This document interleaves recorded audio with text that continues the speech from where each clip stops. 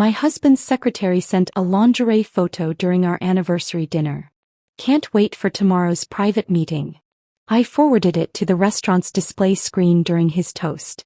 The champagne glass slipped from his hand as 200 guests witnessed his secret life unfold in high definition. The champagne glass slipped from Christian's hand as the lingerie photo of his secretary flashed across the massive display screen behind him. 200 guests at the Harrington Hotel's grand ballroom collectively gasped. I remained seated, my hand still on my phone, watching 5 years of marriage disintegrate in high definition. Can't wait for tomorrow's private meeting, the message from Ashley read beneath the photo, displayed 12 feet tall for Boston's entire social elite to see. If you're new here, welcome. Hit that subscribe button so you don't miss my daily stories of life-changing confrontations and powerful transformations. Now let's get started. Exactly 3 minutes earlier, I'd been the perfect wife. Julia Matthews, smiling adoringly at my husband while he worked the room at our anniversary celebration. The event I'd spent 3 months planning down to the last gardenia in every centerpiece. I'd selected the 1942 Dom Perignon, his favorite vintage.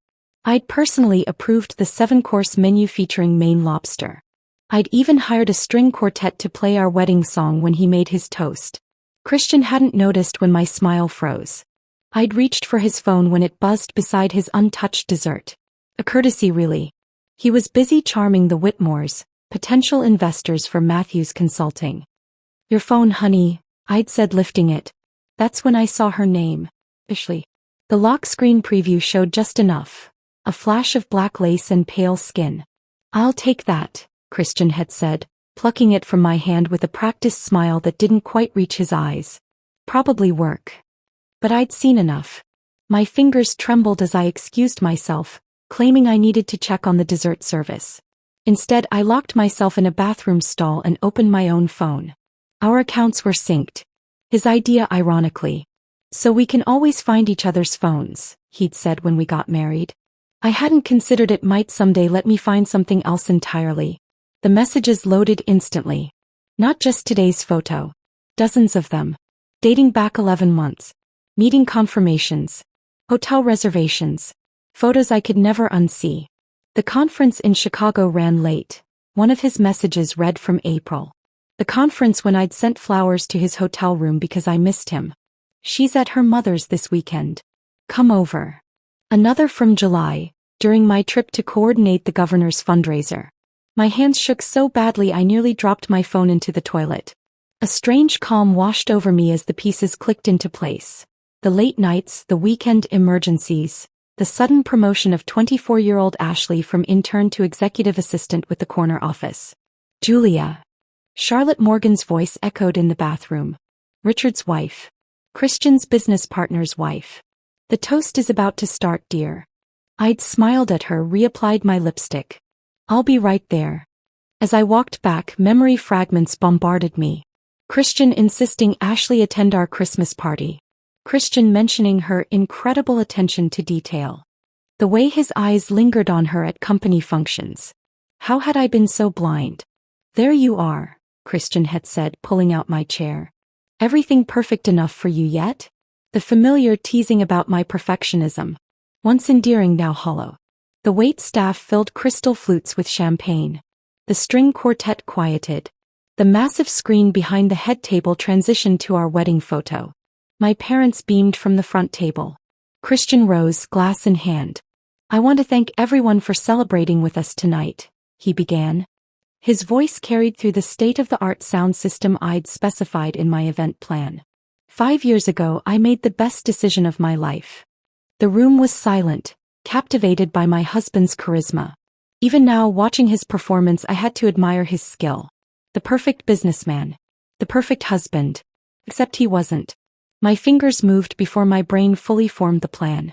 The AV system. I'd coordinated the installation with the hotel 2 years ago.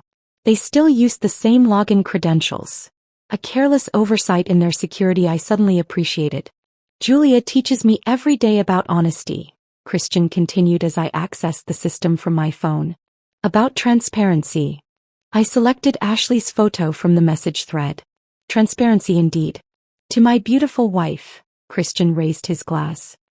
Here's to many more years of trust, Anne. That's when I hit send. When his glass slipped from his fingers and shattered on the floor. When the murmurs began. When Senator Wilson's wife covered her daughter's eyes. Julia, what the hell? Christian whispered frantically, his face draining of color as he recognized the image. As he recognized the words beneath it. Can't wait for tomorrow's private meeting. I stood slowly, straightening the midnight blue dress I'd spent weeks selecting. I believe your secretary already has your schedule for tomorrow covered, I said, loud enough for the front tables to hear. I watched, detached, as Christian lunged for his phone, as if he could somehow delete what 200 people were already seeing. His mother covered her mouth in horror. My father half rose from his seat, confusion morphing into understanding, then rage. Turn it off. Christian hissed at me, grabbing my arm. This isn't what it looks like. That's strange, I replied, my voice steadier than I felt.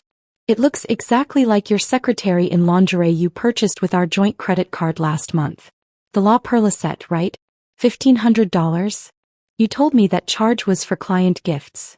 The event staff scrambled to shut down the display. Too late. Phones were already out. Boston's elite capturing the moment. Christian Matthews, rising star in financial consulting, was exposed. Not just the affair. The lies, the betrayal, the disrespect of doing this on our anniversary. You've ruined everything, Christian said, his grip tightening on my arm. I looked down at his hand, then back at his face. 5 years of memories flashed through my mind. Our wedding day, buying our Beacon Hill brownstone holidays, dinners, promises. No, Christian, I replied, removing his hand from my arm. You did that all by yourself. I turned away from him, from the wreckage of champagne and crystal and marriage, and walked out of the ballroom. Behind me the chaos crescendoed, shouting, crying, the symphony of a public implosion. I made it to the hotel lobby before the first tear fell. Not from sadness but from something closer to relief. The weight of perfection, of being Christian Matthews' flawless wife, suddenly lifted. Shattered like his champagne glass on the ballroom floor. Through the lobby windows I could see camera flashes. Tomorrow's headlines taking shape. My world collapsing in real time. But for the first time in years I could breathe.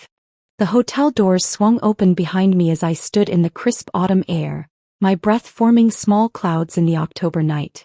The sounds of chaos still echoed from the ballroom, a symphony of scandal. My phone vibrated incessantly in my clutch, but I couldn't face the messages yet. Mrs. Matthews? The valet approached cautiously, concern etched on his young face. Would you like me to bring your car around? I almost laughed. My car was at home. Christian had insisted we arrive together in his new Tesla. It makes the right impression, he'd said. Always about impressions. No thank you. I'll call a ride. Before I could reach for my phone, the hotel doors burst open again. Christian stormed out, his face contorted with rage, followed by 2 security guards in black suits. You think this is funny? He shouted, attracting stares from guests arriving for other events. You've just destroyed everything we've built. The security guards flanked him, one speaking quietly into his earpiece. Sir, please lower your voice. Christian shrugged them off, advancing toward me. Do you have any idea what you've done? The Whitmore deal was practically signed. Richard's livid. I stepped back, maintaining distance between us. Interesting that your first concern is business, not our marriage. Our marriage. He laughed bitterly. Our marriage is a business arrangement, Julia. It always has been. Your family's connections, my ambition. It worked perfectly until you decided to have your little meltdown. The words stung more than I expected. Deep down, I'd known our relationship had become transactional, but hearing him say it so coldly shattered something final inside me. Mr. Matthews, the larger security guard intervened, we've called you a car. It's in your best interest to leave separately from your wife tonight. Christian straightened his tie, suddenly aware of the small crowd gathering. Always conscious of appearances even now. This isn't over, he said quietly, his voice dropping to that controlled tone I recognized from difficult client negotiations. As his car pulled away, hotel guests began filtering out of the ballroom. Some avoided eye contact. Others stared openly. I recognized the Wilsons, the Pearsons, board members from Christian's firm. Faces I'd served dinner to, people whose children's birthdays I'd remembered with gifts. Charlotte Morgan approached, Richard hovering awkwardly behind her. Julia, darling, she began, reaching for my hands. I pulled away. Don't. Her expression shifted, pity mixed with something else. Guilt. How long have you known? I asked. Charlotte glanced back at Richard, who suddenly became very interested in his phone. Julia, these things are complicated. That's not an answer. She sighed. The Christmas party. I saw them in Richard's office. I told Richard to speak with Christian, but... She trailed off. 9 months. They'd known for 9 months and said nothing. Every lunch, every charity committee meeting, every time Charlotte had asked about our anniversary plans, she'd known. I hope she was worth it, I said quietly. Not just for Christian. For all of you who decided my dignity wasn't worth the uncomfortable conversation. Richard stepped forward. Julia, you have to understand in our position. In your position, you protected a predator who sleeps with his subordinates, at the expense of someone you claimed was a friend. My voice remained steady, surprising even myself. I understand perfectly. They retreated, whispering to each other. One by one, guests filtered past. Some offered awkward condolences. Others pretended not to see me.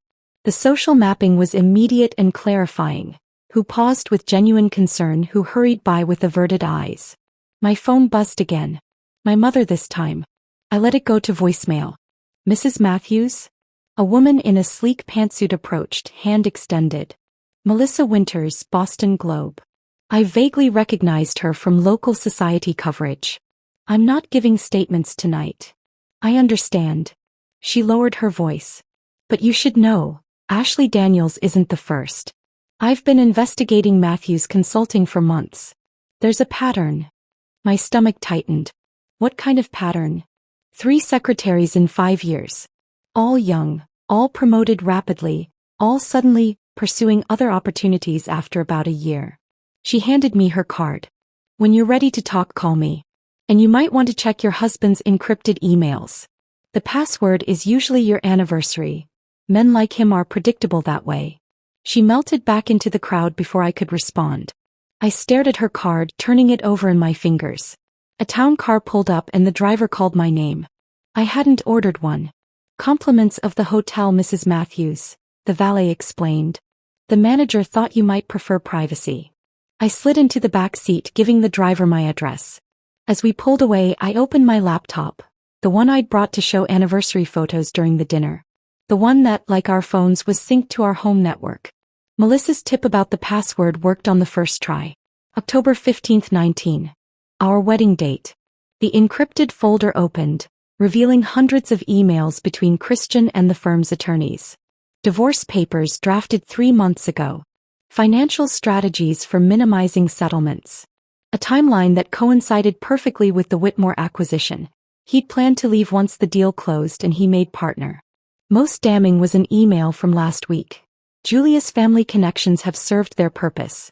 Once the Whitmore deal closes, we can proceed with separation. Her father's position on the board won't matter once I have controlling interest. I was an investment that had matured. A stepping stone he no longer needed. Additional emails detailed the severance packages of 2 women before Ashley. Non-disclosure agreements. Generous payments from the company's discretionary fund that I helped manage. I'd been financing my husband's affairs. As the car turned onto Beacon Hill, my phone rang again. A local number I didn't recognize. Mrs. Matthews? This is David from technical support at Harrington Hotel. I thought you should know. The footage from tonight is already online. I'm sorry, we tried to contain it. Of course it was. In the age of smartphones, nothing remained private. By morning, everyone would have seen everything. Strangely, I felt no additional shame. The worst had already happened. The secret was out. What remained was what to do with this newfound terrible freedom. The car pulled up to our brownstone. Lights blazed inside. Christian had beaten me home. I instructed the driver to keep going. Where to, ma'am? He asked. For the first time in 5 years, the answer wasn't predetermined by someone else's expectations. The Fairmont, I decided. I need a room for the night. And time to plan my next move. The Fairmont's presidential suite felt both luxurious and lonely. I'd booked it on impulse. If I was going to fall apart, I might as well do it with a view of Boston Common. But morning arrived with surprising clarity instead of the emotional collapse I'd expected. I sat cross-legged on the king-sized bed, surrounded by printouts of Christian's emails. A night of sleepless investigation had revealed more than infidelity. It had exposed a calculated business strategy with me as a disposable asset. My phone rang for the 20th time since dawn. Christian again. I silenced it and dialed another number instead. Jensen Security, a crisp voice answered. This is Julia Matthews. I need the security codes changed at 42 Acorn Street immediately. Of course, Mrs. Matthews. We have you authorized on the account. Any specific preferences for the new code? I glanced at Christian's emails. October 15, 26. The date he planned to file for divorce. Done. Would you like us to inform Mr. Matthews of the change? No, thank you. I'll handle that personally. I gathered my things and checked out, instructing the concierge to have a locksmith meet me at the brownstone. The ride across Boston gave me time to prepare mentally. This wasn't just the end of my marriage. It was the beginning of something else entirely. The brownstone sat quiet and empty when I arrived. Christian hadn't returned after discovering his key card deactivated, likely sleeping at his club or with Ashley. The locksmith made quick work of the physical locks, handing me new keys with a sympathetic nod. Read about it online, he said gruffly. My ex did something similar. You're better off without him. Word had spread faster than I'd anticipated. By noon I'd secured the house, activated the new security system, and ensured Christian could not enter without my permission. A small victory but empowering nonetheless. I was examining financial records in Christian's office when the pounding started. Julia. Open the damn door. Christian's voice echoed through the entryway. This is ridiculous. I approached cautiously, activating the recording app on my phone before speaking through the intercom. The house is in both our names, Christian. You're welcome to contact your attorney about access. My attorney? Are you serious? His voice cracked with disbelief. After your little stunt last night, you're lucky I haven't called mine. Do you have any idea what you've done to my reputation? I leaned against the door. About the same thing you did to our marriage, I imagine. Let me in. We need to talk like adults. We're talking. And I'm recording this conversation for my protection. Pause. Then his voice softened dangerously. Jules, please. It was a mistake. Ashley meant nothing, it was just physical. You and I have built a life together. I remained silent, recording his performance. Think about what this does to your career, he continued. Your clients won't want their event planner involved in a public scandal. Your mother's charity board will ask you to step down. Is that what you want? To throw everything away over one indiscretion? When I didn't respond, his tone shifted again. Fine.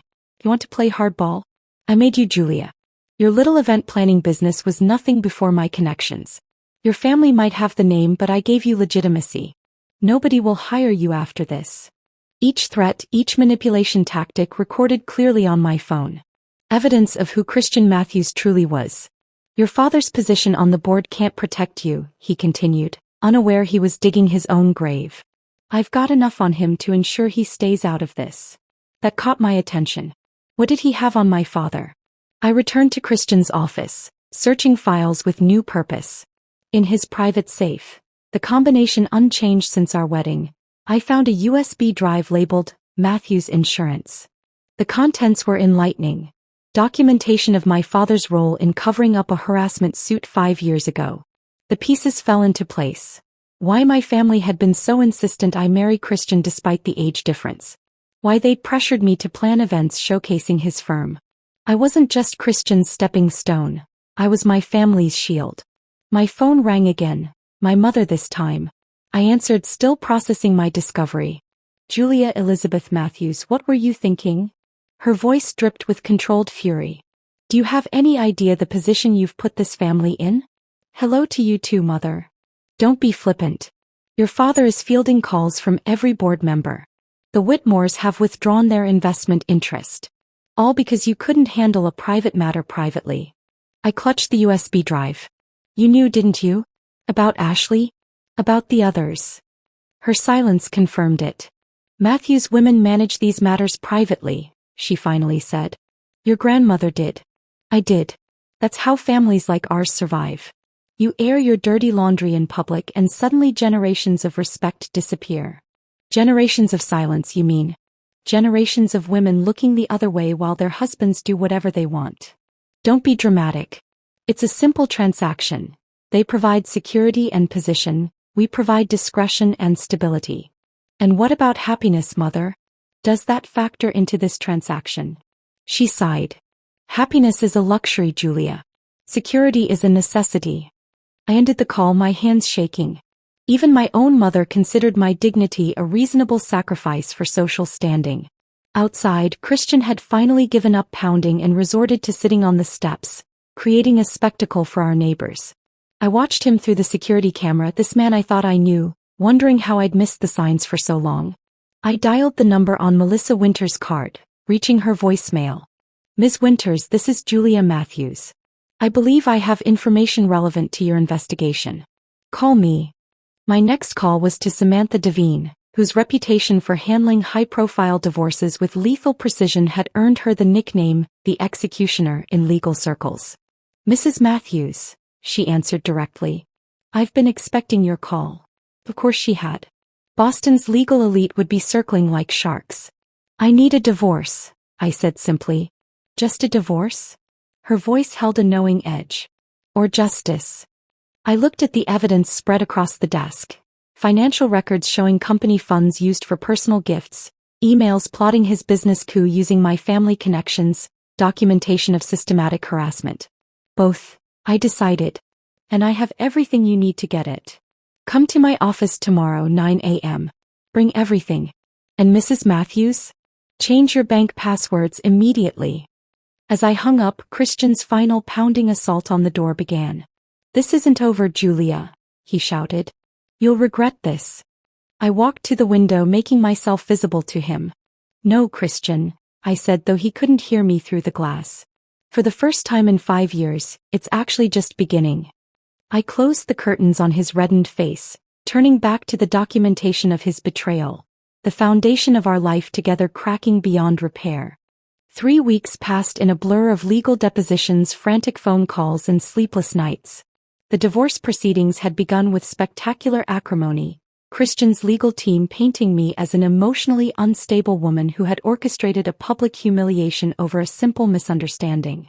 My social media accounts filled with both support and vitriol, strangers taking sides in a private catastrophe turned public spectacle. I sat in the back room of Julia's Cafe on Newbury Street, nervously arranging packets on each chair. Tonight marked my first public appearance since the incident, not as Christian Matthews' wife, but as founder of the newly established Boston Workplace Justice Initiative. The projector's set up, Melissa Winters said, testing the connection.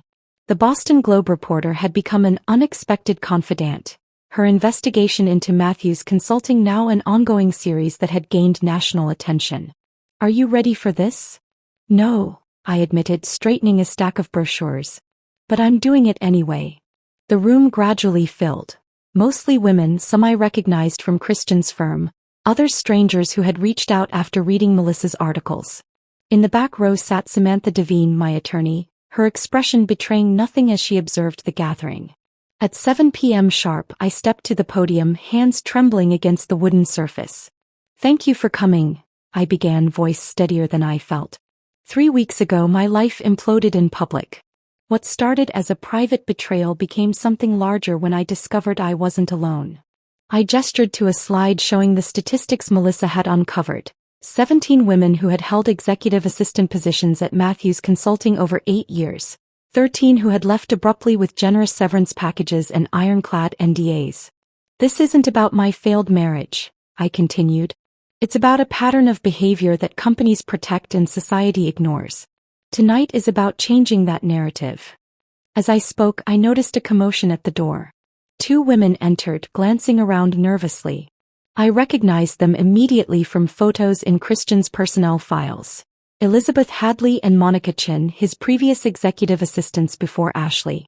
We'd like to speak, Elizabeth said when I paused. If that's all right. Their testimonies were devastating. Detailed accounts of manipulation, inappropriate advances, implied professional consequences for resisting. Monica described being relocated to a different department after refusing a weekend trip. Elizabeth explained how her promotion came with unexpected requirements that she eventually rejected, resulting in her abrupt departure. I signed the NDA because I needed the severance, Elizabeth explained.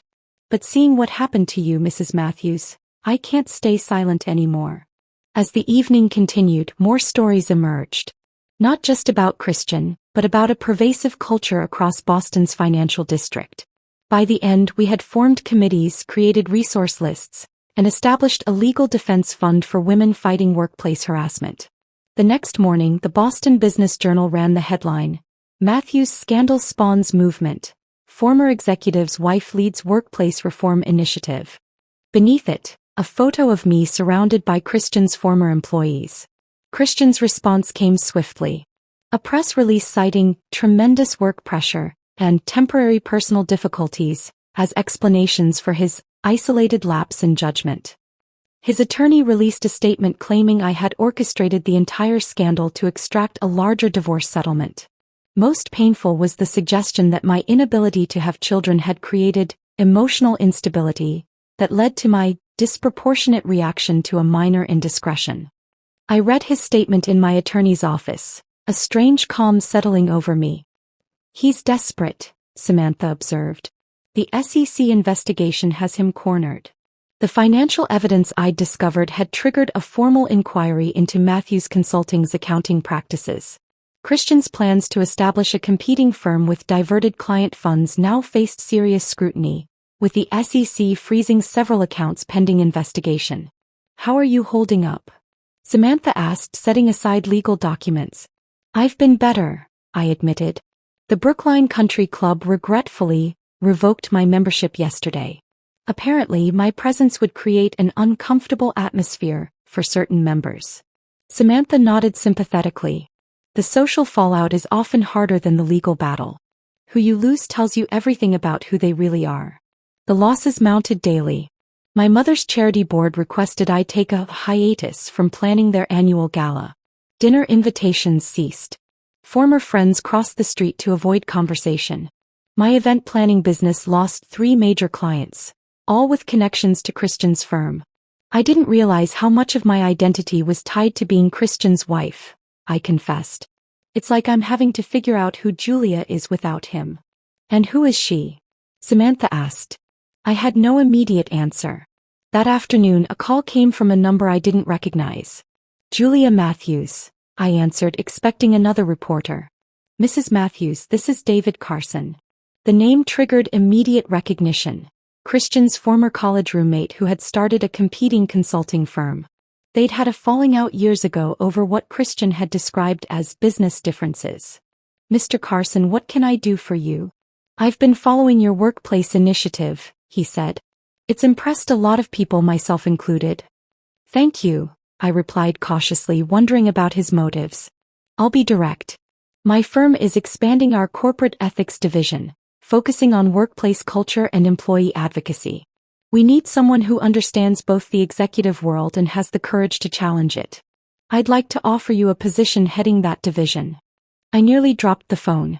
"Mr. Carson, with all due respect, is this offer somehow related to your history with my husband?" His laugh was genuine. "Partly, I admit. Christian always underestimated everyone around him, especially the women in his life. But this isn't about him. It's about what you've demonstrated these past weeks. Resilience, strategic thinking, and moral clarity. Those are rare qualities in our industry." "I'm not in your industry," I pointed out. "Exactly why we need you. Fresh perspective from someone who's seen the damage toxic corporate culture can cause. Think about it at least." After he hung up, I stood by the window of my brownstone, the home Christian's attorneys were fighting to claim, and watched the sunset over Boston. For the first time in weeks, possibilities rather than losses filled my thoughts. My phone rang again. The Fairmont Hotel, wondering if I was available to coordinate their holiday charity event, their first since breaking ties with Matthews Consulting. "We admire how you've handled yourself," the events director said. "Our board feels you represent the values we want associated with our brand." By evening, 2 more calls came with similar sentiments, former clients choosing sides and choosing mine. Standing in my kitchen, I realized something was shifting. The world Christian and I had built was indeed crumbling, but from its ashes, something entirely new, something authentically mine, was emerging. Not Julia Matthews, executive wife, but Julia Matthews, advocate and rebuilder. I opened my laptop and began drafting a formal response to David Carson's offer, feeling for the first time since that anniversary dinner, genuinely hopeful about what tomorrow might bring. 6 months to the day after Christian's champagne glass shattered on the floor of the Harrington Hotel ballroom, I stood in the same space, surveying the transformation. The hotel's restaurant reopening gala was my first major society event since the divorce was finalized, and my return to the scene where everything had imploded felt poetically appropriate. "Everything is perfect, Mrs. Matthews," the hotel manager assured me, clipboard in hand. "Your vision for the redesign exceeded our expectations." I nodded, appreciating his deliberate use of my married name, which I'd chosen to keep, not out of sentimentality, but because I'd rebuilt my reputation under it. Christian had been furious about this decision, as he'd been about so many things over the past half-year. "The bar needs additional lighting," I noted, making a small adjustment to the table arrangements. "And please ensure the presentation screen is tested thoroughly." The manager smiled, catching my reference to that fateful night. "Already done." Twice. As guests began arriving, I retreated to a quiet corner, observing Boston's elite in their natural habitat. Many who had shunned me initially now approached with air kisses and compliments, social weather vanes shifting with the changing winds of public opinion. The SEC investigation into Matthews Consulting had revealed financial improprieties far beyond what even I had discovered, vindication that came with its own complex emotions. "Julia." A familiar voice behind me sent a chill down my spine. I turned slowly to face Christian, thinner than I remembered, the confident gleam in his eyes dimmed. His once impeccable suit hung slightly loose on his frame. "You look well," he said, his voice softened with what I once would have mistaken for sincerity. "Thank you. I didn't expect to see you here." He glanced around, clearly aware of the watchful eyes. "I thought we could talk. Privately. We have nothing to discuss that our attorneys haven't already covered. This isn't about legal matters." He lowered his voice. "I've been in therapy. Real therapy, not the corporate counseling nonsense. I've been doing the work, Jules." The nickname landed like a stone in my stomach. "I'm glad for you," I replied evenly. "But that doesn't change anything between us. I know I hurt you. I know I made terrible mistakes." His eyes glistened with what appeared to be genuine tears. "But people can change. I've changed." For a moment, I felt the pull of the familiar, the charismatic man who had once convinced me he hung the moon. Then I remembered the recordings provided by Elizabeth and Monica, transcripts of nearly identical conversations where Christian had promised transformation, offered tearful apologies, only to repeat his behavior with the next woman. "Your therapy records were submitted in the Lewis case," I said quietly, referring to the workplace harassment lawsuit where I'd testified the previous month. "You've said these exact words before, Christian. To Elizabeth. To Monica. Word for word." His expression hardened momentarily before recovering. "That was different. They weren't you. What we had was real. What we had was a transaction." I echoed my mother's cold assessment. "Your ambition, my family connections. You said it yourself outside this very hotel." I was angry. "People say things they don't mean when they're angry." "On the contrary," I replied, "I think anger reveals what people truly mean but usually have the restraint to conceal." Before he could respond, David Carson approached, placing a protective hand on my elbow. "Christian," he acknowledged coolly. "I didn't expect to see you here, given the circumstances." Christian's gaze flickered between us, understanding dawning. "So the rumors are true. You two are colleagues," I interjected firmly. "Mr. Carson has been an invaluable mentor during my transition to corporate ethics consulting." "How convenient for both of you," Christian replied, bitterness edging his tone. "I suppose I shouldn't be surprised by your opportunism, David. You always did know how to capitalize on other people's misfortunes." David remained unruffled. "Julia's expertise stands on its own merits. Her testimony in the Lewis case has changed how half the firms in Boston approach workplace policies." Christian's jaw tightened. The Lewis case had established a precedent in Massachusetts corporate law regarding executive abuse of power, with my testimony and evidence playing a crucial role. The resulting judgment had accelerated the downward spiral of his once meteoric career. "If you'll excuse me," Christian said stiffly, "I see some colleagues I should greet." As he retreated, David squeezed my arm gently. "You handled that beautifully." "Practice makes perfect," I murmured, watching Christian disappear into the crowd. Though I didn't expect him to approach me so publicly. "Desperation makes people bold," David observed. "Have you read today's journal?" I shook my head. The board voted. He's out as managing partner. The SEC findings were too damning to ignore. The news settled over me with surprising gentleness. 6 months ago it would have felt like victory. Now it just felt like the inevitable conclusion to a story I was no longer invested in. The event proceeded flawlessly, a testament to my professional rebirth. As I circulated among guests, my phone buzzed with a text from an unknown number. "Can we meet? I have information you should see. Ashley." I stepped into the quiet hallway to call her, curious rather than angry. "Ashley, it's Julia Matthews. Thank you for calling back." Her voice sounded different than I'd imagined, deeper, less confident. "I've been trying to find the courage to reach out for months. What information do you have?" "Not over the phone. Can you meet me tomorrow? The Common Grounds Cafe on Boylston at 2. I agreed, disconnecting with a strange sense of anticipation. The following afternoon I found Ashley nervous and diminished, nothing like the confident seductress I'd imagined. She slid a USB drive across the table without preamble. "Voice recordings and emails," she explained. "He said he'd ruin my career if I didn't cooperate. That no one would believe me over him." I stared at the small device. "Why show me this now?" "Your testimony in the Lewis case. You mentioned a pattern." Her eyes met mine, vulnerable and determined. "I'm part of that pattern, but not how you think. I was trapped, not willing." The realization shifted something fundamental in my understanding. The woman I'd blamed, the other woman I'd resented, had been another victim in Christian's power plays. "I'm sorry," I said, meaning it. "I made assumptions I shouldn't have." "We both did," she replied quietly. 2 weeks later, I hosted a small dinner in my newly purchased Beacon Hill apartment. Not the brownstone tied to Christian's life, but a space entirely my own. Around the table sat the people who had emerged as my authentic circle.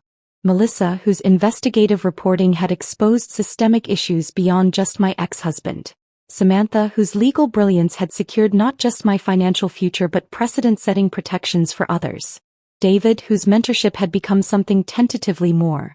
And surprisingly, Ashley, whose courage in coming forward had completed the picture of Christian's manipulations. As we raised our glasses, I found myself reflecting on the journey from that anniversary night to this moment of genuine connection. To clear vision, I toasted. And to the breaking of glass houses that needed to fall. Around the table, understanding smiles reflected back at me. The prison of appearances I'd helped maintain for 5 years had indeed had glass walls that needed breaking all along. The shattering had been public and painful, but the clarity I'd found through the broken glass was worth every cut and scar. For the first time since I'd forwarded that damning photo to the restaurant's display screen during Christian's toast, I felt not just free but grateful, for the revelation, for the collapse, and most of all, for the woman I'd discovered beneath the rubble of my perfectly curated former life.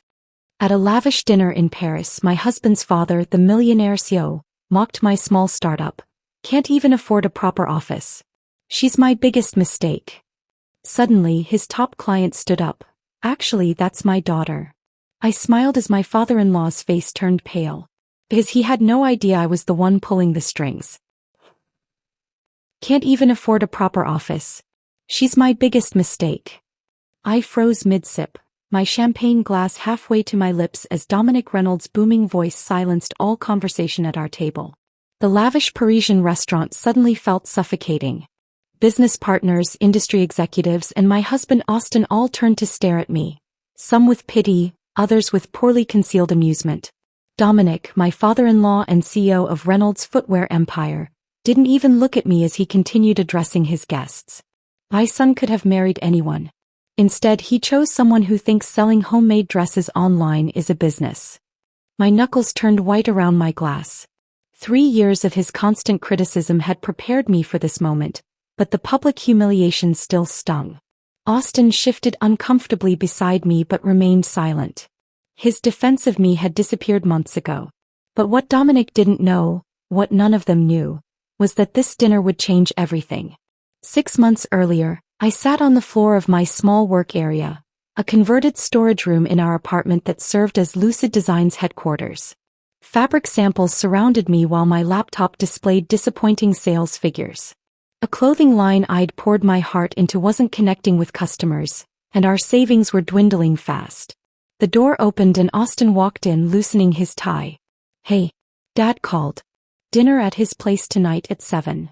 I didn't look up. I need to finish inventory and update the website. Tell him I can't make it. Lucy, please." Austin's voice carried that familiar tension. He just secured the Miller contract. "It's a big night for the company." "It's always a big night for the company," I muttered, but I recognized the look on Austin's face. He wouldn't stand up to his father, not tonight or any night. "Fine. I'll be ready by 6:30. Dominic's mansion stood as a constant reminder of what Austin was expected to inherit and what I was expected to appreciate being connected to. I smoothed my simple black dress before following Austin through the imposing front door. "There he is." Dominic embraced Austin firmly, completely ignoring me until social etiquette forced acknowledgement. "And Lucy? Still working on that little clothing project?" "Lucid Designs increased online orders by 15% this quarter," I replied with a forced smile. Dominic smirked. "15% of nothing is still nothing, sweetheart." Austin said nothing, just led me toward the dining room. Throughout dinner, Dominic praised Austin's contributions to Reynolds Footwear while occasionally tossing condescending comments my way. "When are you two giving me grandchildren?" he asked, his gaze fixed on me. "Surely that little shop isn't worth postponing a family for." Before I could respond, Austin jumped in. "We're focusing on our careers right now, Dad." "Your career," Dominic corrected, pointing directly at Austin. "Lucy's hobby shop hardly counts. If she'd just take the position in our marketing department, you two could afford a proper house instead of that apartment." I'd heard this suggestion, more like command, since we married. Work for Dominic, abandon my dreams, become another Reynolds puppet. I stayed quiet, a skill I'd perfected at these dinners. The next morning, while sorting through bills, I found an unmarked envelope. Inside was a handwritten note that sent me stumbling backward. Asterisk, "Lucy, you don't know me, but I am your biological father. My name is Skylar Davidson. I've been searching for you for years. If you're willing to meet, here's my number. Sis." I called my Aunt Beth immediately. She had raised me after my mother died when I was 8. "Did you know about this?" I demanded when she answered. "That my father was looking for me?" The silence on the line confirmed my suspicion before Beth finally spoke. "He contacted me last year. I told him to leave you alone." "You had no right," I said, surprising myself with the anger in my voice. "He abandoned you and your mother when you were a baby," Beth replied defensively. "Now he wants back in your life? I was protecting you. Mom always said he couldn't handle responsibility. That he was a nobody." "Your mother was protecting you from feeling rejected," Beth said gently. "He wasn't a nobody. He chose his business ambitions over family. And apparently he succeeded beyond anyone's expectations." For 3 days I carried his number everywhere, taking it out, putting it away, arguing with myself. Austin thought meeting him was a bad idea. "He abandoned you, Lucy. What could he possibly offer now?" "Answers," I replied simply. "I have a right to those." The cafe I chose was quiet, tucked away from the busier parts of town. I arrived early, ordering coffee I couldn't drink as I watched the door. When a tall man with silver-streaked dark hair and startlingly familiar green eyes walked in, I knew immediately.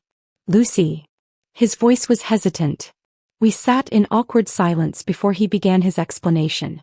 Skylar Davidson had left my mother believing he couldn't provide properly for us. He'd intended to build something substantial in return.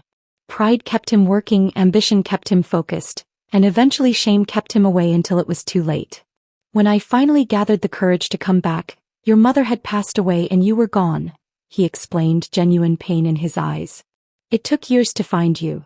Why now?" I asked, unable to keep the edge from my voice. Because I learned the hard way that success means nothing without family, he said, his directness catching me off guard. I built a company worth millions and have no one to share it with. Over the following weeks we met regularly. I learned about Davidson Tech Solutions and how he'd built it from nothing. Each meeting felt less awkward than the last as we carefully constructed a fragile relationship. During our fourth meeting he mentioned a partnership he was particularly proud of. It's with a footwear company looking to revolutionize their manufacturing technology. Reynolds, I believe. I nearly dropped my fork. Reynolds Footwear? Dominic Reynolds. Yes, that's him. Do you know him? The universe had a twisted sense of humor. He's my father-in-law. Skylar's expression shifted from surprise to concern. Your father-in-law? That's quite a coincidence. A cruel one, I admitted. He's been trying to destroy my confidence in my business since I married Austin. He thinks I'm beneath the Reynolds name. That doesn't align with the man I've met in business meetings, Skylar said carefully. That's because you're valuable to him, I replied. I'm just the stubborn daughter-in-law who won't fall in line. At our next lunch, Skylar mentioned casually, I've been reviewing the Reynolds contract more closely. His entire expansion plan depends on my technology and financing. Without this deal, his growth strategy completely falls apart. Something clicked in my mind, a possibility both frightening and thrilling. Lucy, Skylar said, watching my expression change, what are you thinking? I met his gaze directly. I'm thinking that after years of being powerless, I suddenly have access to the one thing Dominic Reynolds can't control. That afternoon, in a quiet corner of a forgettable diner, father and daughter began plotting. Not just revenge but justice. The systematic dismantling of Dominic Reynolds' empire piece by calculated piece. The chess game had begun and Dominic had no idea he wasn't the king he thought he was, but merely a pawn. The man I married was disappearing. I noticed it in small ways at first.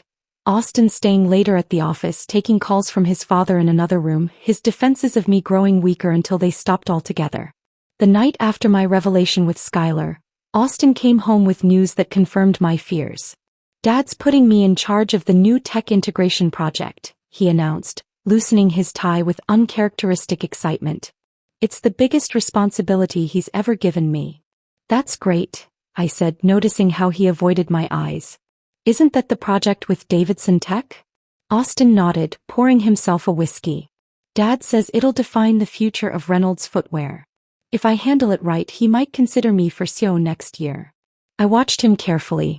And what about us moving forward with buying our own place? We talked about getting out from under your father's shadow. His expression hardened slightly. Lucy, this is a once-in-a-lifetime opportunity. We need to put everything else on hold. Everything meaning my goals, I clarified. Not yours. That's not fair. Dad thinks, I echoed. What do you think, Austin?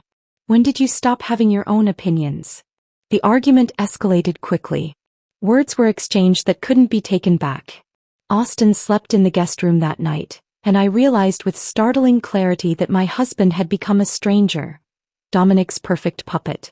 While Austin threw himself into work, I divided my time between keeping Lucid Designs afloat and researching Dominic's business empire. Under the guise of improving my entrepreneurial skills, I spent hours analyzing Reynolds Footwear's public financial reports, supply chain details and market strategies. Skylar provided insights that weren't publicly available. Information only a major investor would know. His entire European expansion hinges on 3 things, Skylar explained during one of our weekly lunch meetings. My technology, the Valmont leather supplier in Italy, and securing the Milano retail spaces before his competitor, Grayson, can move in. I took careful notes, developing a map of dependencies and vulnerabilities. What would happen if the Valmont deal fell through? Skylar's slight smile told me he appreciated my strategic thinking. It would delay production by at least 6 months. His board wouldn't be pleased. Our meetings became the highlight of my week. Not just for plotting but because I was developing a genuine connection with my father. We discovered shared interests in architecture and travel. He told me stories about my mother that I'd never heard, filling gaps in my understanding of who she was. She was the most determined person I ever met, Skylar said one afternoon, his eyes distant with memory. You have that same look when you're focused on something. These moments of connection made me question my motivations occasionally. Was I using Skylar to get back at Dominic? But each time Austin came home later, each time he repeated Dominic's opinions as his own, my resolve strengthened. 3 weeks into our planning, Austin announced another Reynolds family dinner. Dad wants to celebrate the first phase of the tech integration. You need to be there. I agreed without argument, which seemed to surprise him. What he didn't know was that I'd be meeting Skylar beforehand. The timing works perfectly, Skylar said when I told him. I've arranged a meeting with Jean Valmont tomorrow. He's been dissatisfied with Dominic's business practices for years but hasn't had a better option. Until now, I finished. Until now, Skylar confirmed. Your designs are exceptional, Lucy. Valmont will appreciate working with someone who understands quality and craftsmanship. The dinner at Dominic's mansion was more crowded than usual. Board members, executives, and their spouses filled the expansive dining room. I sat quietly beside Austin, observing how Dominic worked the room. The charm he displayed to important people contrasted sharply with how he treated those he deemed beneath him. I witnessed it firsthand when a young assistant approached with a folder of documents. Dominic glanced at them and exploded. These projections are completely wrong. Are you trying to make me look incompetent in front of my board? His voice carried across the room as the assistant, a woman probably my age, turned crimson. I'm sorry, Mr. Reynolds. I'll correct them immediately, she stammered. Don't bother, Dominic sneered. Austin, fix this mess. And find someone who knows basic math for next time. The young woman retreated, visibly fighting tears. Austin immediately took the folder and began reviewing the contents, not sparing a glance for the humiliated assistant. Later, I found her in the hallway still trying to compose herself. He does that to everyone, I said, offering her a tissue. It's not about you. She looked at me cautiously. You're Austin's wife, right? I nodded. I'm Lucy. He used to be different, she said quietly. Austin, I mean. When he first started, he would stand up to his father when he treated staff badly. Her words confirmed what I already knew but had been reluctant to fully accept. Austin wasn't just enabling his father. He was becoming him. The next morning, I met with Skylar and Jean Valmont at a small cafe downtown. Valmont, an elegant Italian man in his 60s, studied my design portfolio with interest. Your approach to combining modern design with traditional craftsmanship is refreshing, he said in accented English. But can you handle the scale I work with? That's where I come in, Skylar interjected smoothly. I'm prepared to finance Lucy's expansion to meet your production needs. Valmont looked between us. And what of my agreement with Reynolds? Their exclusivity clause expires next month, I replied, having done my homework. You're free to contract with additional partners after that. Dominic Reynolds will not be pleased, Valmont cautioned. I met his gaze steadily. Mr. Valmont, I'm offering better terms, more creative freedom, and a partnership that values your expertise. Can Dominic say the same? 2 hours later, I had secured my first major supplier. The same one Dominic was counting on for his European expansion. The chess piece had moved. Within days, Valmont would inform Reynolds Footwear that they could fulfill their current order but would be reducing their commitment for the upcoming season. When I returned home, I found Austin frantically working on his laptop. What's wrong? I asked, hiding my satisfaction behind concern. Supply chain issues, he muttered without looking up. Dad's going to explode when he finds out. I placed a sympathetic hand on his shoulder. I'm sure you'll figure it out. And as I walked away, I felt the first thread of Dominic's carefully woven empire begin to unravel. Another order from meticulously in Chicago? I stared at my laptop screen in disbelief. That's their third bulk purchase this month. My small team of 3, myself, Jenny from design school, and Rita, who handled our finances, gathered around my desk in our new office space. Yes, an actual office, not a converted storage room. The exposed brick walls and industrial windows gave Lucid Designs the professional atmosphere I'd always envisioned. And look at these online metrics, Rita pointed to our analytics dashboard. Traffic up 213% since the Valmont announcement. The fashion industry had taken notice when Valmont Leathers, supplier to luxury brands worldwide, partnered with my little hobby business. What no one knew was that Skylar had anonymously invested enough capital for me to expand operations, hire staff, and secure this downtown location. The investment firm called again, Jenny mentioned casually. They want to schedule another meeting about possibly backing your fall collection. The investment firm was another of Skylar's strategic moves, a legitimate business entity that served as a front for his financial support. We maintained a strictly professional relationship in public, careful not to reveal our connection. Schedule it for Thursday afternoon, I replied, trying to contain my excitement. And let's finalize the Milano samples. If we're going to disrupt the European market, we need to be ready. Jenny raised an eyebrow at the mention of Milano. Isn't that where Reynolds Footwear is trying to expand? I managed a casual shrug. Great minds think alike, I guess. That evening, I arrived home to find Austin waiting for me, an increasingly rare occurrence. The tension in his posture was visible before he even spoke. Your company leased offices downtown? He held up a business magazine featuring a small piece on emerging local businesses. Lucid Designs was mentioned prominently. We needed the space, I replied, setting down my portfolio.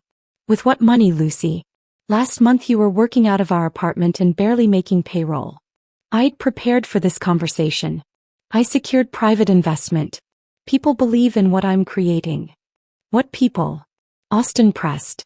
Dad says no serious investor would back a boutique operation like yours without seeing years of consistent growth. There it was again, Dad says. I bit back my instinctive retort and opted for a half-truth. Davidson Capital Management. They specialize in emerging designers. Austin's expression shifted from suspicion to confusion. Davidson? As in Skylar Davidson, Dad's tech partner. It's a large firm, I deflected.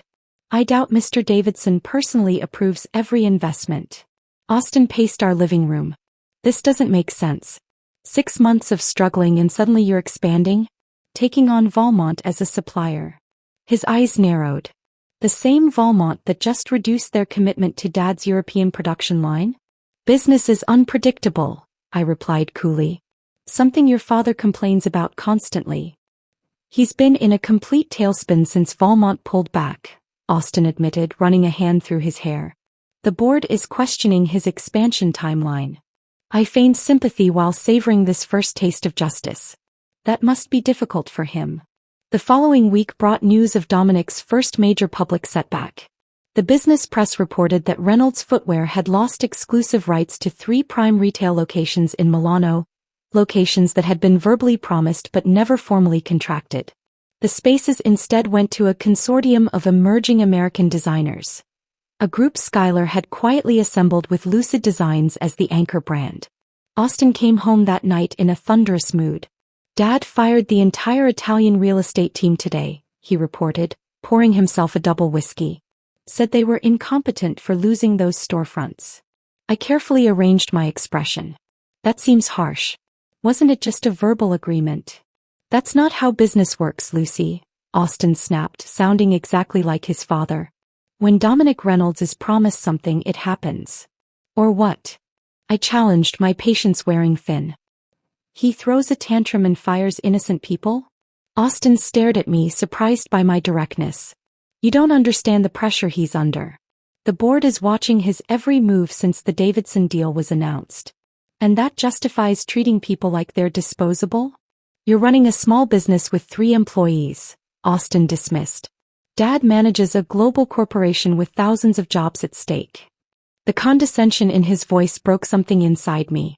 And that gives him the right to be cruel, to humiliate people, to crush anyone who doesn't fall in line with his plans, including his own son. Austin's jaw tightened. What's that supposed to mean? It means I miss my husband, I said quietly.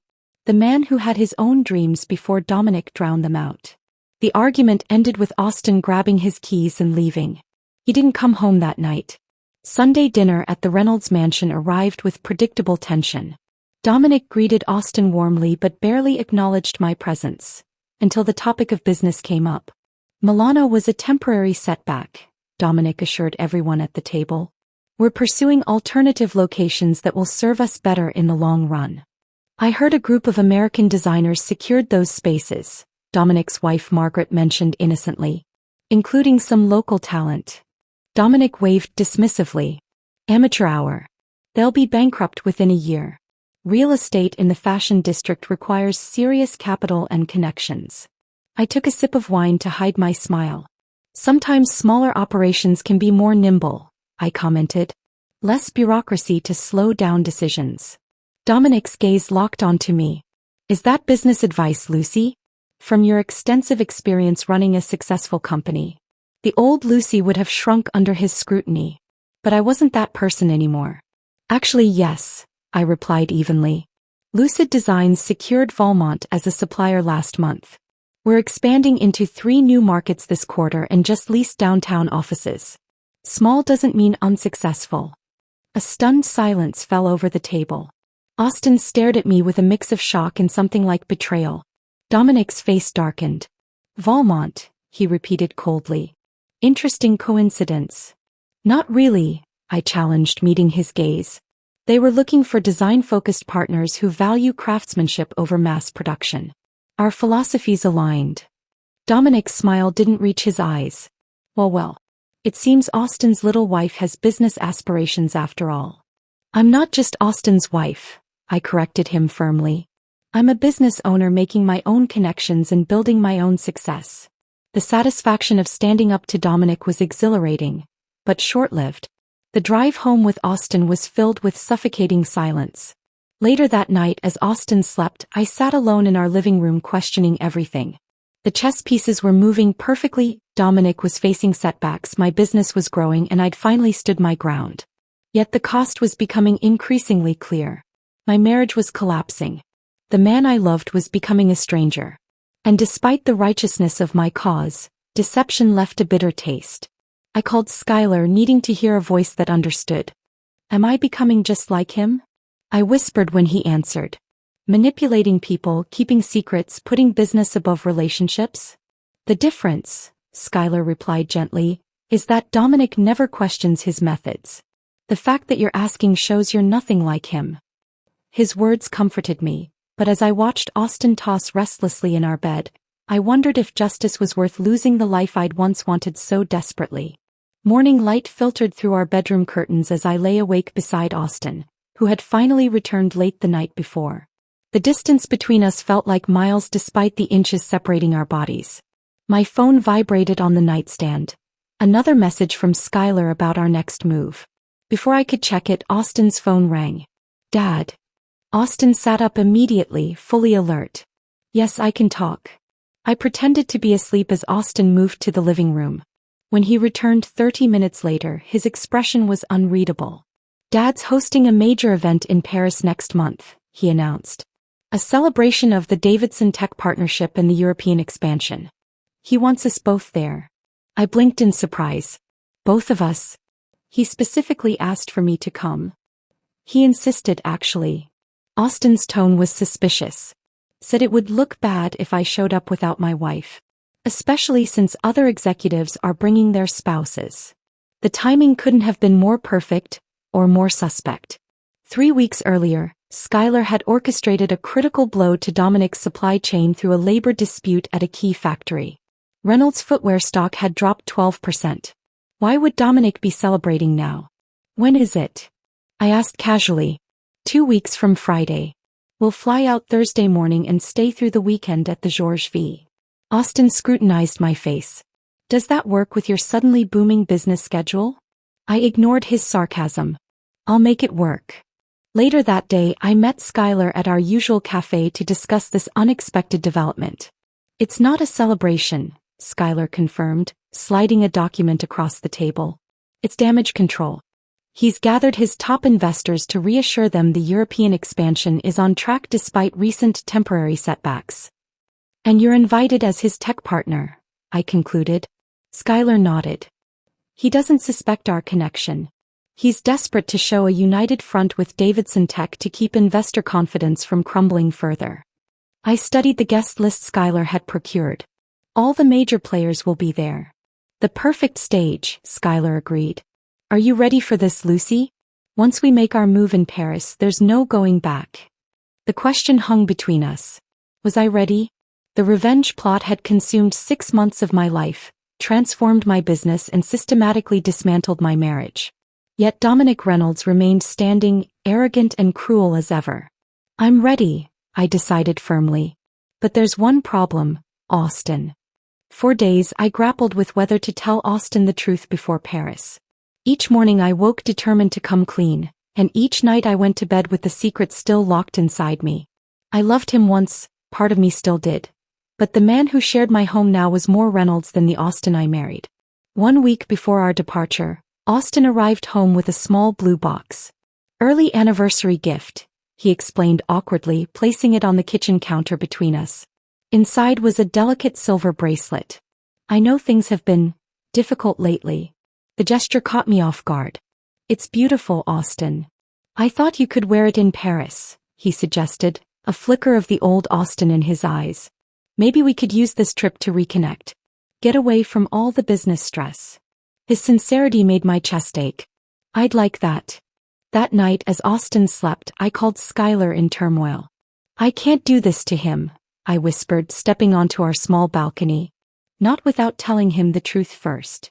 Think carefully, Lucy, Skylar cautioned. If you tell Austin everything now, he'll warn his father. Everything we've worked for could collapse. He's still my husband, I insisted. He deserves to know before his world falls apart in public. Skylar was silent for a moment. It's your decision. But remember who Austin has chosen to be these past months. Would he have shown you the same consideration? His question haunted me as the days passed.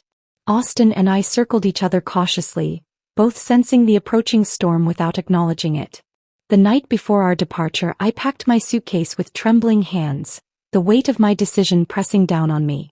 Morning came too quickly. Our car service to the airport arrived at dawn, and we traveled in silence until boarding. Austin seemed determined to maintain our temporary truce, handling travel arrangements with practiced efficiency. Dad's sending a car to meet us at Charles de Gaulle, he mentioned as we settled into our first-class seats, another Reynolds perk. We'll have time to freshen up at the hotel before the welcome reception tonight. I nodded, feigning interest in the safety demonstration while my mind raced through tomorrow's events. Skylar had finalized our plan yesterday. The documents were prepared, key players positioned, contingencies established. After months of careful maneuvering, everything would culminate in one decisive moment. Midway through the flight, Austin noticed my unusual calm. You seem different, he observed, studying my face. Normally you're anxious about seeing Dad, but today you're, peaceful. I've realized some things can't be changed, I replied carefully. Your father will never respect me or my business. I've made peace with that. Austin frowned. He's been under tremendous pressure. These setbacks with suppliers, the Milano Properties factory issues, it's been one thing after another. Strange coincidences, I remarked. Dad thinks someone's deliberately targeting Reynolds' footwear, Austin confided, lowering his voice despite the privacy of first class. He's had security investigating possible corporate espionage. My heart stuttered, but I kept my expression neutral. That sounds paranoid. Austin shrugged. Maybe. But Dad's instincts about business threats are usually right. The conversation sent a chill through me. How close was Dominic to discovering the truth? Had our chess moves been too bold? Paris greeted us with unexpected sunshine. The drive from the airport to our hotel revealed the city in all its spring glory, flowering chestnut trees, cafe terraces filled with people, the Seine glittering beneath ornate bridges. Our suite at the Georges V was opulently French, gilt mirrors, silk damask, and windows overlooking the Champs-Élysées. In another life I might have been thrilled by such luxury. Now it felt like the elaborate setting for a final act. The welcome reception starts at 7, Austin reminded me, hanging up his suit. Dad's booked the entire rooftop restaurant at Le Muris. Everyone who matters in European fashion and retail will be there. I nodded, fingering the silver bracelet Austin had given me. I'll be ready. When we arrived at Le Muris that evening, the sun was setting over Paris, casting a golden glow across the rooftop. Crystal glasses caught the light, servers circulated with champagne, and the Eiffel Tower provided a picture-perfect backdrop. Dominic had spared no expense. This was a statement of power as much as a business function. I spotted him immediately, commanding attention at the center of the room. Despite recent setbacks, Dominic Reynolds exuded absolute confidence. His custom tuxedo, his booming laugh, the deferential way people approached him, everything reinforced his self-image as untouchable. "Ah, there's my son," Dominic called when he spotted us. "And Lucy looking almost fashionable for once." I smiled tightly as he kissed my cheek, the scent of expensive cologne and hubris overwhelming. "Quite the event, Dad," Austin commented, accepting a glass of champagne. "Nothing but the best for our European partners," Dominic replied. "We need to show them Reynolds footwear isn't deterred by minor obstacles." His eyes lingered on me briefly, a flicker of suspicion quickly masked by practiced charm. Did he sense something? I suddenly wondered if I'd underestimated him all along. As Dominic moved away to greet new arrivals, I scanned the room for Skylar. He stood near the balcony, engaged in conversation with several investors. Our eyes met briefly, a silent confirmation that everything was in place.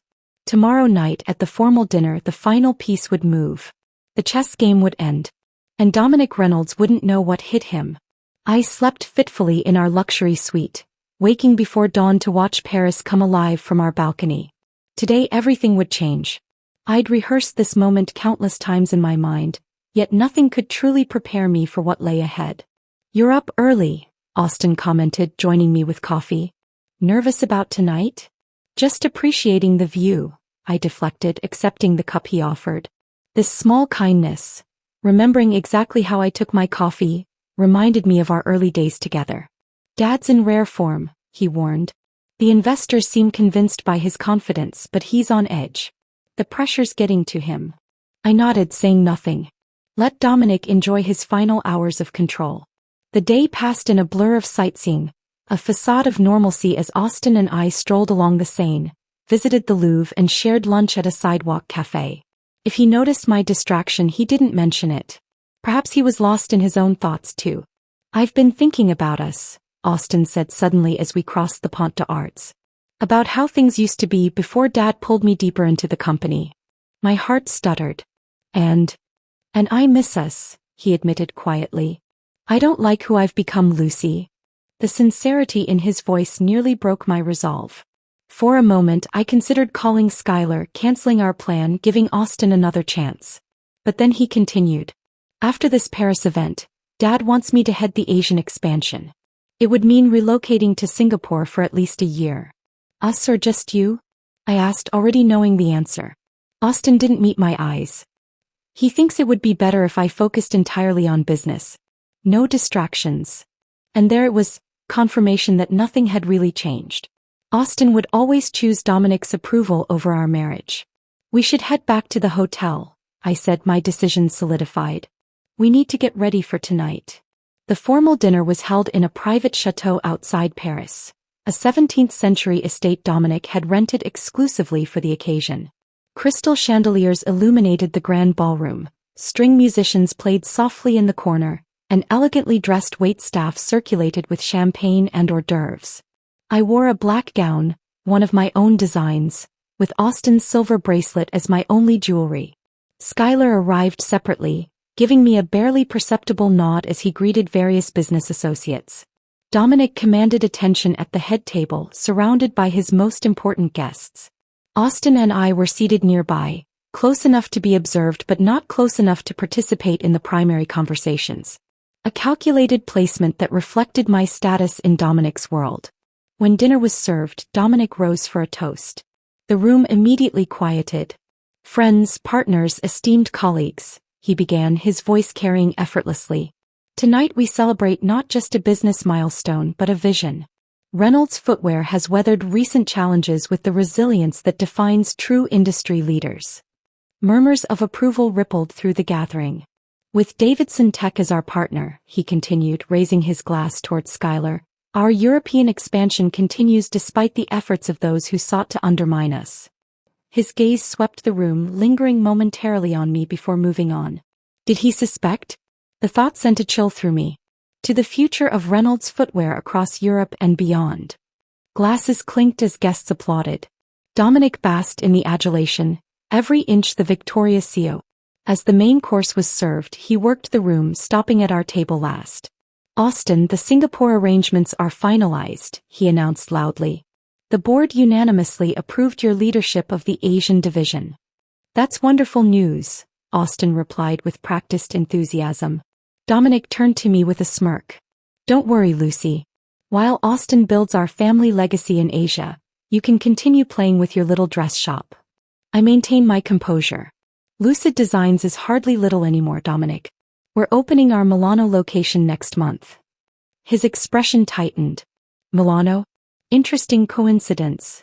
"Not really," I replied evenly. "Good business opportunities tend to attract multiple investors." "Investors?" Dominic repeated, his voice taking on a dangerous edge. "Yes, you've had quite the streak of mysterious good fortune lately. Almost as if someone with intimate knowledge of Reynolds footwear has been guiding your decisions." The table fell silent. Austin looked between us, confusion evident on his face. "What are you suggesting, Dad?" Dominic ignored him, focusing entirely on me. "Tell me, Lucy, how does a failing boutique owner suddenly secure Valmont Leather Milano retail space and factory capacity that was previously committed to Reynolds contracts? The same resources that mysteriously became unavailable to us. The moment had arrived sooner than I'd anticipated. Dominic had connected more dots than I realized. Perhaps I'm simply a better negotiator than you gave me credit for," I suggested calmly. Dominic's laugh was harsh. "Or perhaps you've been sleeping with one of my competitors. That would explain Austin's relocation, keeping my son away while you undermine his family's business." Austin stood abruptly. "Dad, that's enough." "Is it?" Dominic challenged, his voice rising. "Your wife has systematically targeted our expansion plans while her own business mysteriously thrives. Open your eyes, son." The surrounding tables had gone quiet, guests watching the unfolding drama with poorly disguised interest. "You know what your wife is, Austin? My biggest mistake. I should have forbidden this marriage the moment you brought home this conniving social climbing." "That's quite enough, Dominic." The voice came from behind us. Skylar Davidson stood there, his expression cold and controlled. "This is a private family matter, Skylar," Dominic said dismissively. "Business discussion can wait until tomorrow." "On the contrary," Skylar replied, moving to stand beside me. "This is very much my business." Dominic's eyes narrowed. "What are you talking about?" "Lucy isn't undermining your business through corporate espionage or infidelity," Skylar stated clearly. "She's doing it with my full knowledge and support." The room had gone completely silent, all pretense of privacy abandoned. "Actually," Skylar continued, placing a protective hand on my shoulder, "that's my daughter you're insulting." The words landed like a physical blow. Dominic staggered back a step, his face draining of color as he looked between us, suddenly seeing the resemblance that had been there all along. "Your daughter," Austin whispered, staring at me with dawning comprehension. "Yes," I confirmed, meeting his gaze steadily. "I only discovered it myself 6 months ago." Dominic recovered quickly, his shock transforming to calculation. "This changes nothing about our partnership, Skylar. Family sentimentality shouldn't interfere with business." "On the contrary," Skylar replied calmly. "I'm withdrawing all Davidson tech support from Reynolds Footwear, effective immediately. The contracts, as you'll find in Section 16B, allow for termination under certain conditions." "This is absurd."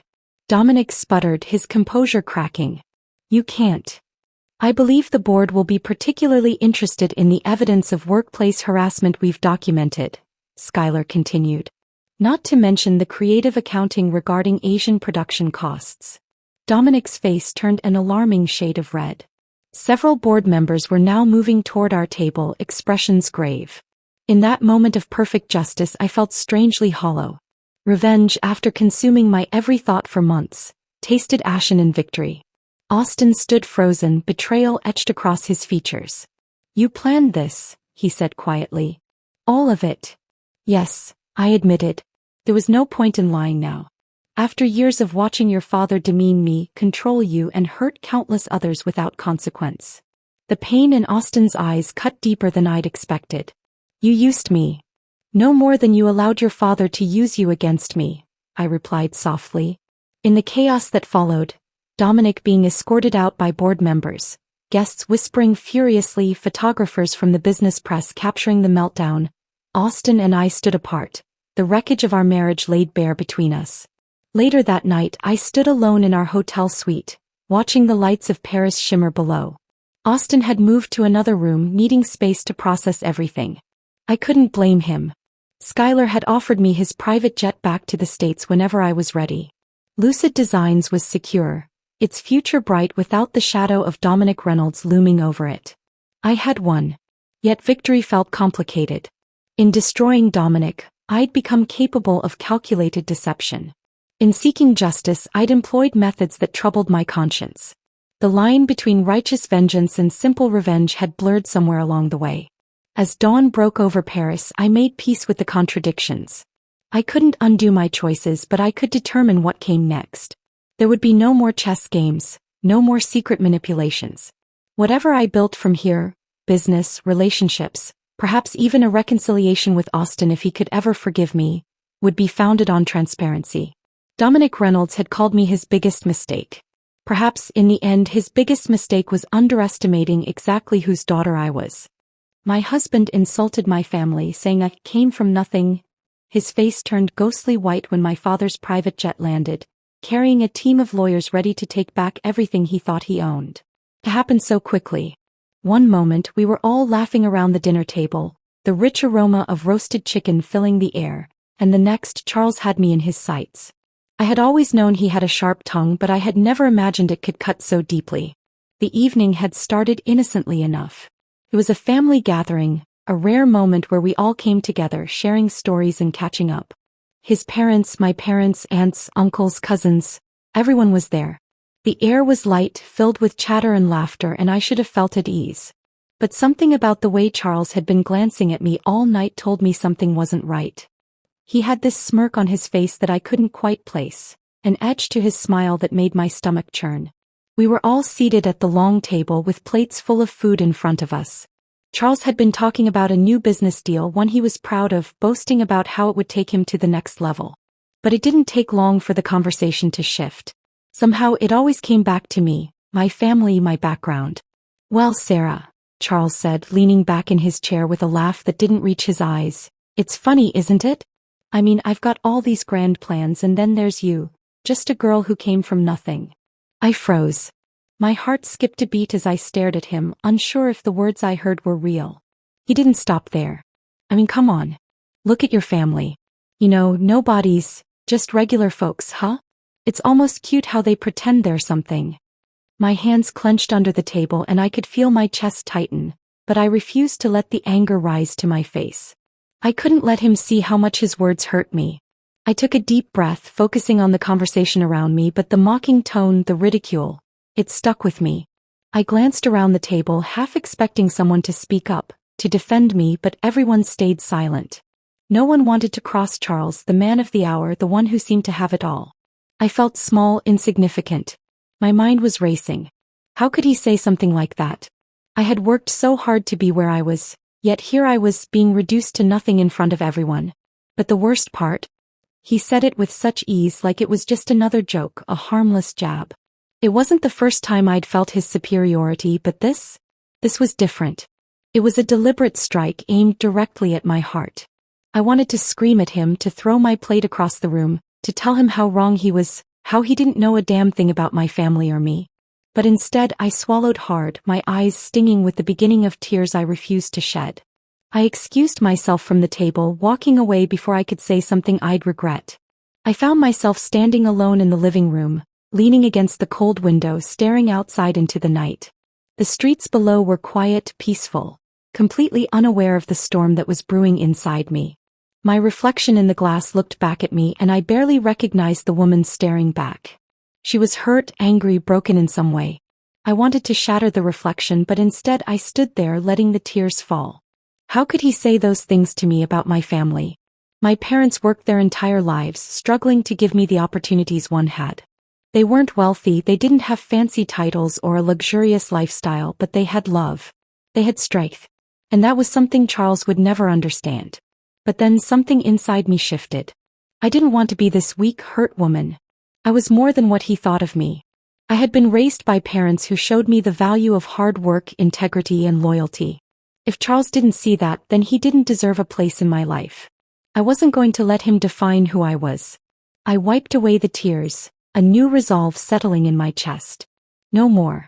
No more would I allow anyone, especially Charles, to make me feel small. I would show him. I would show him that I was capable of far more than he could ever imagine. The thought of revenge didn't come to me as a wave of anger. It was calm, calculated. I had the power to make him regret the moment he ever insulted me.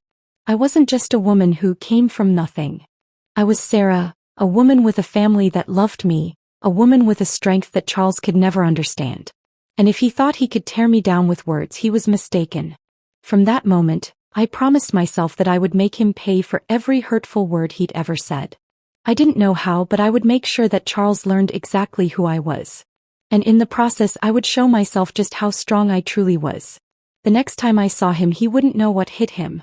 I couldn't shake the anger that had built up inside me as I sat in my room, staring out the window at the quiet night.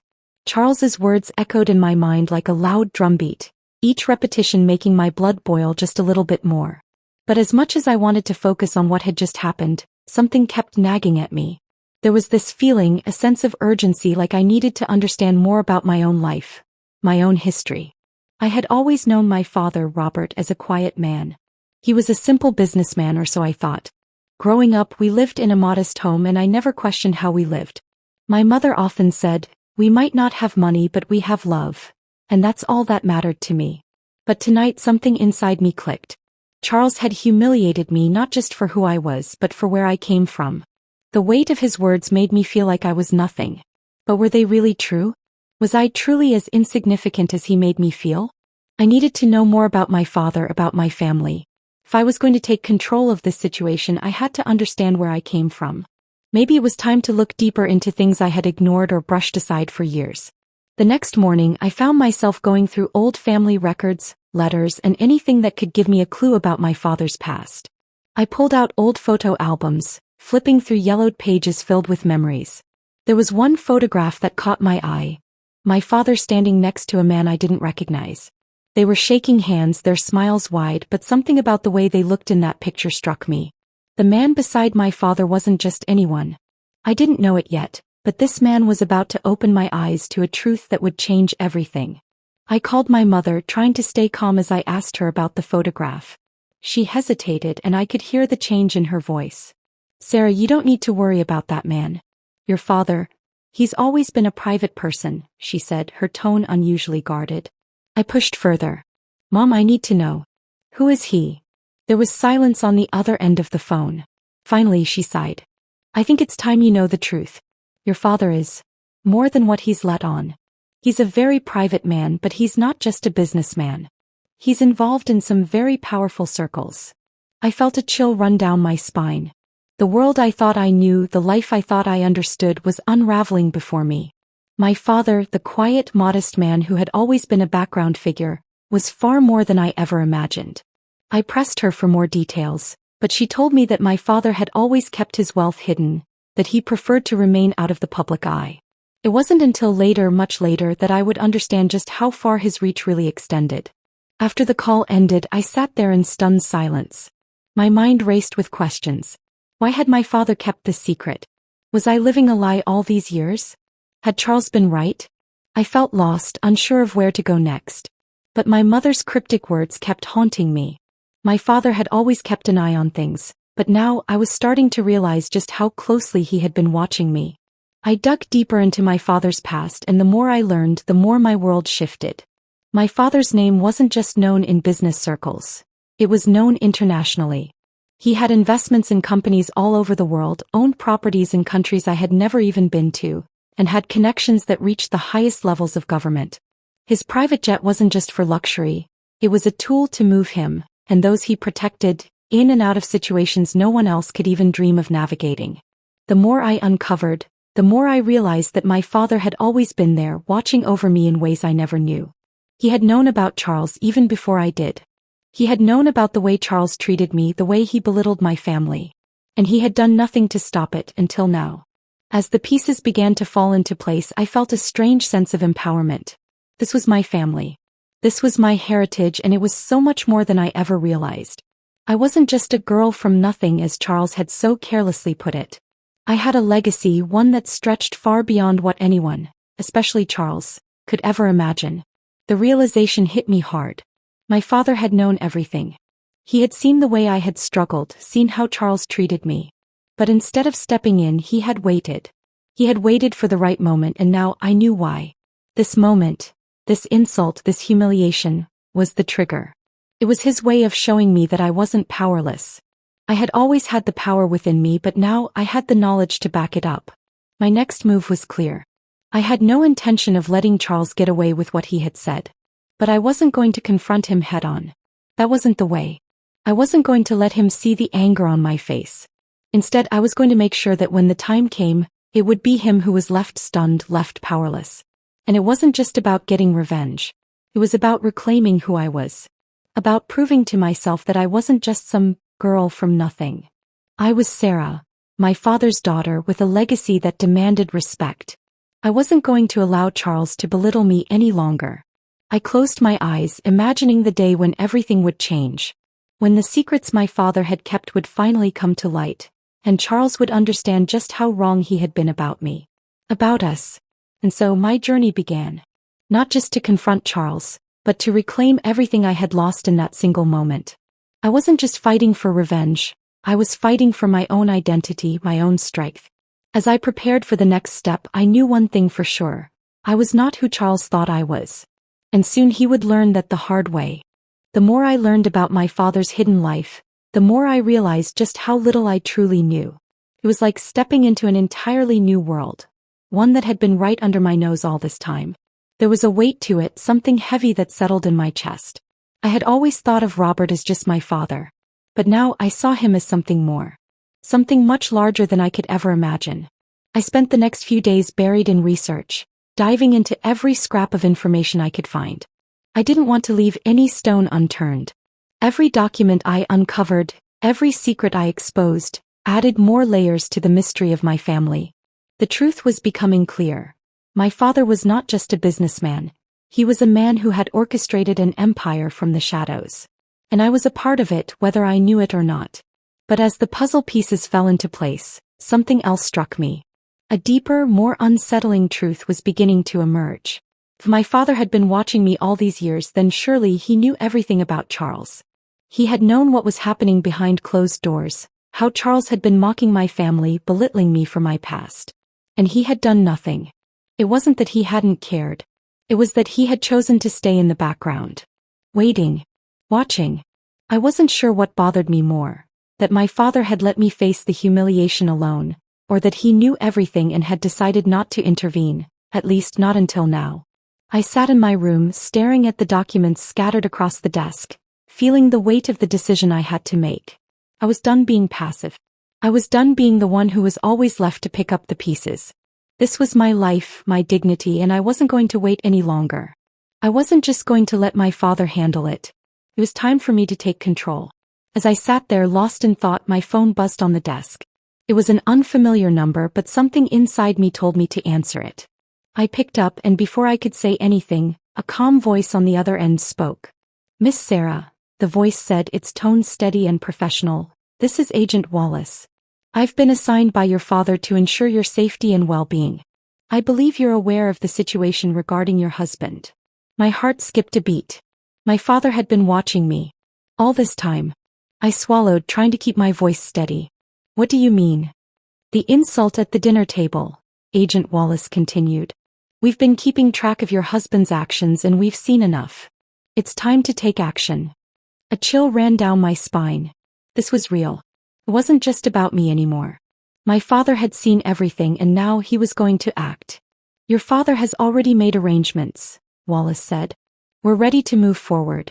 We have the resources, the legal support, and the evidence needed.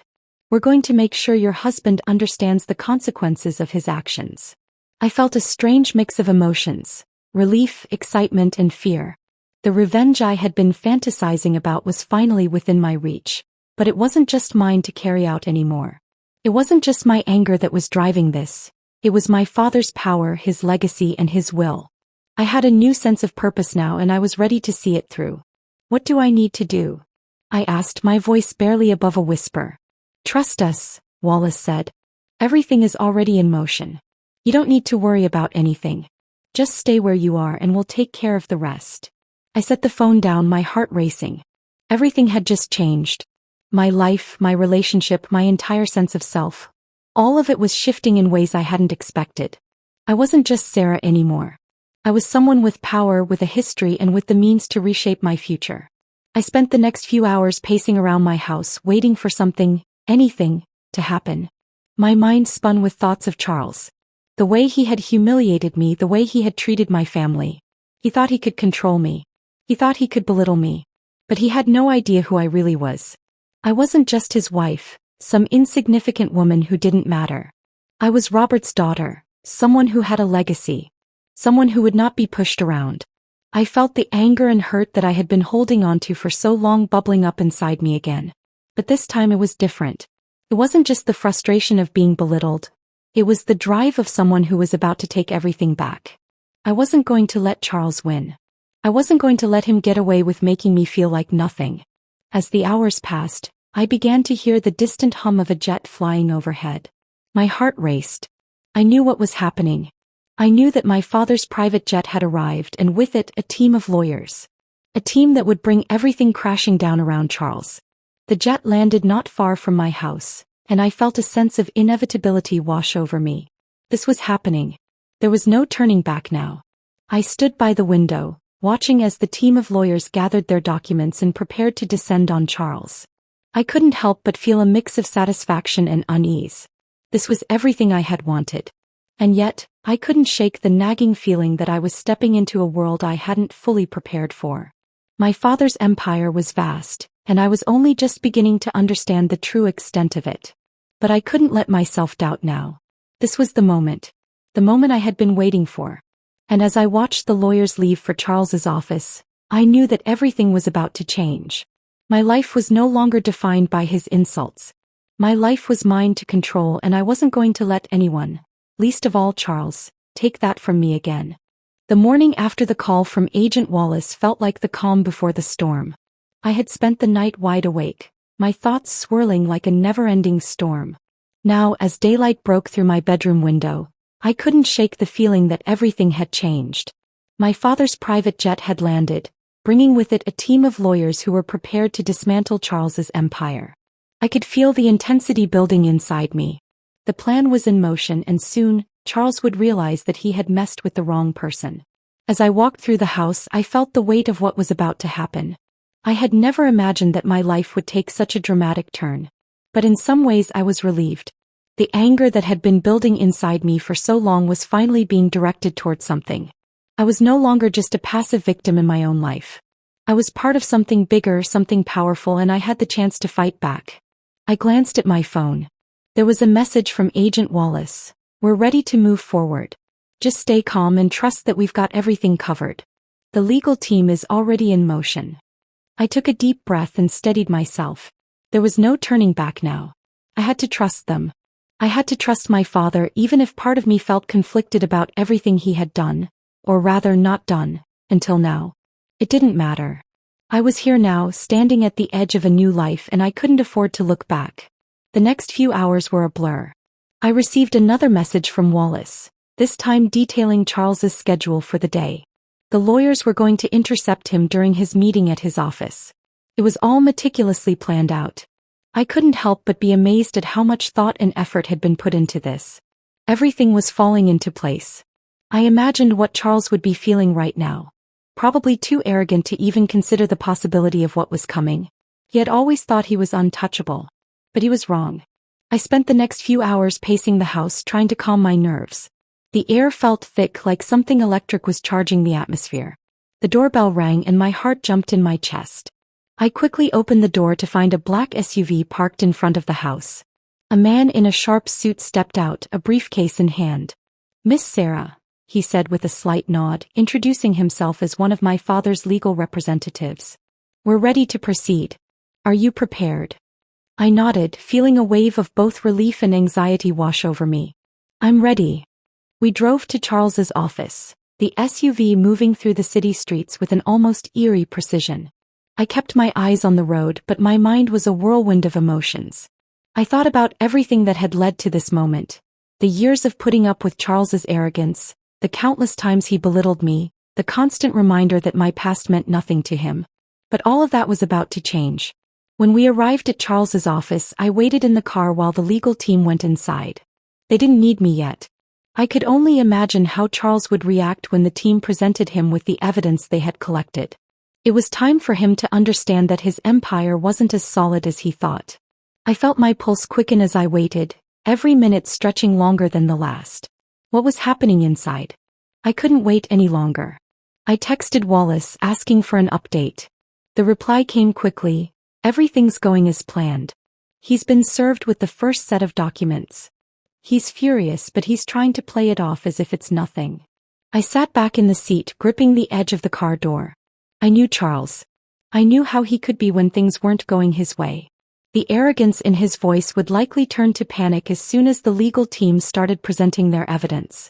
The man who thought he could control everything, manipulate everyone, was about to face the truth he had been trying to avoid.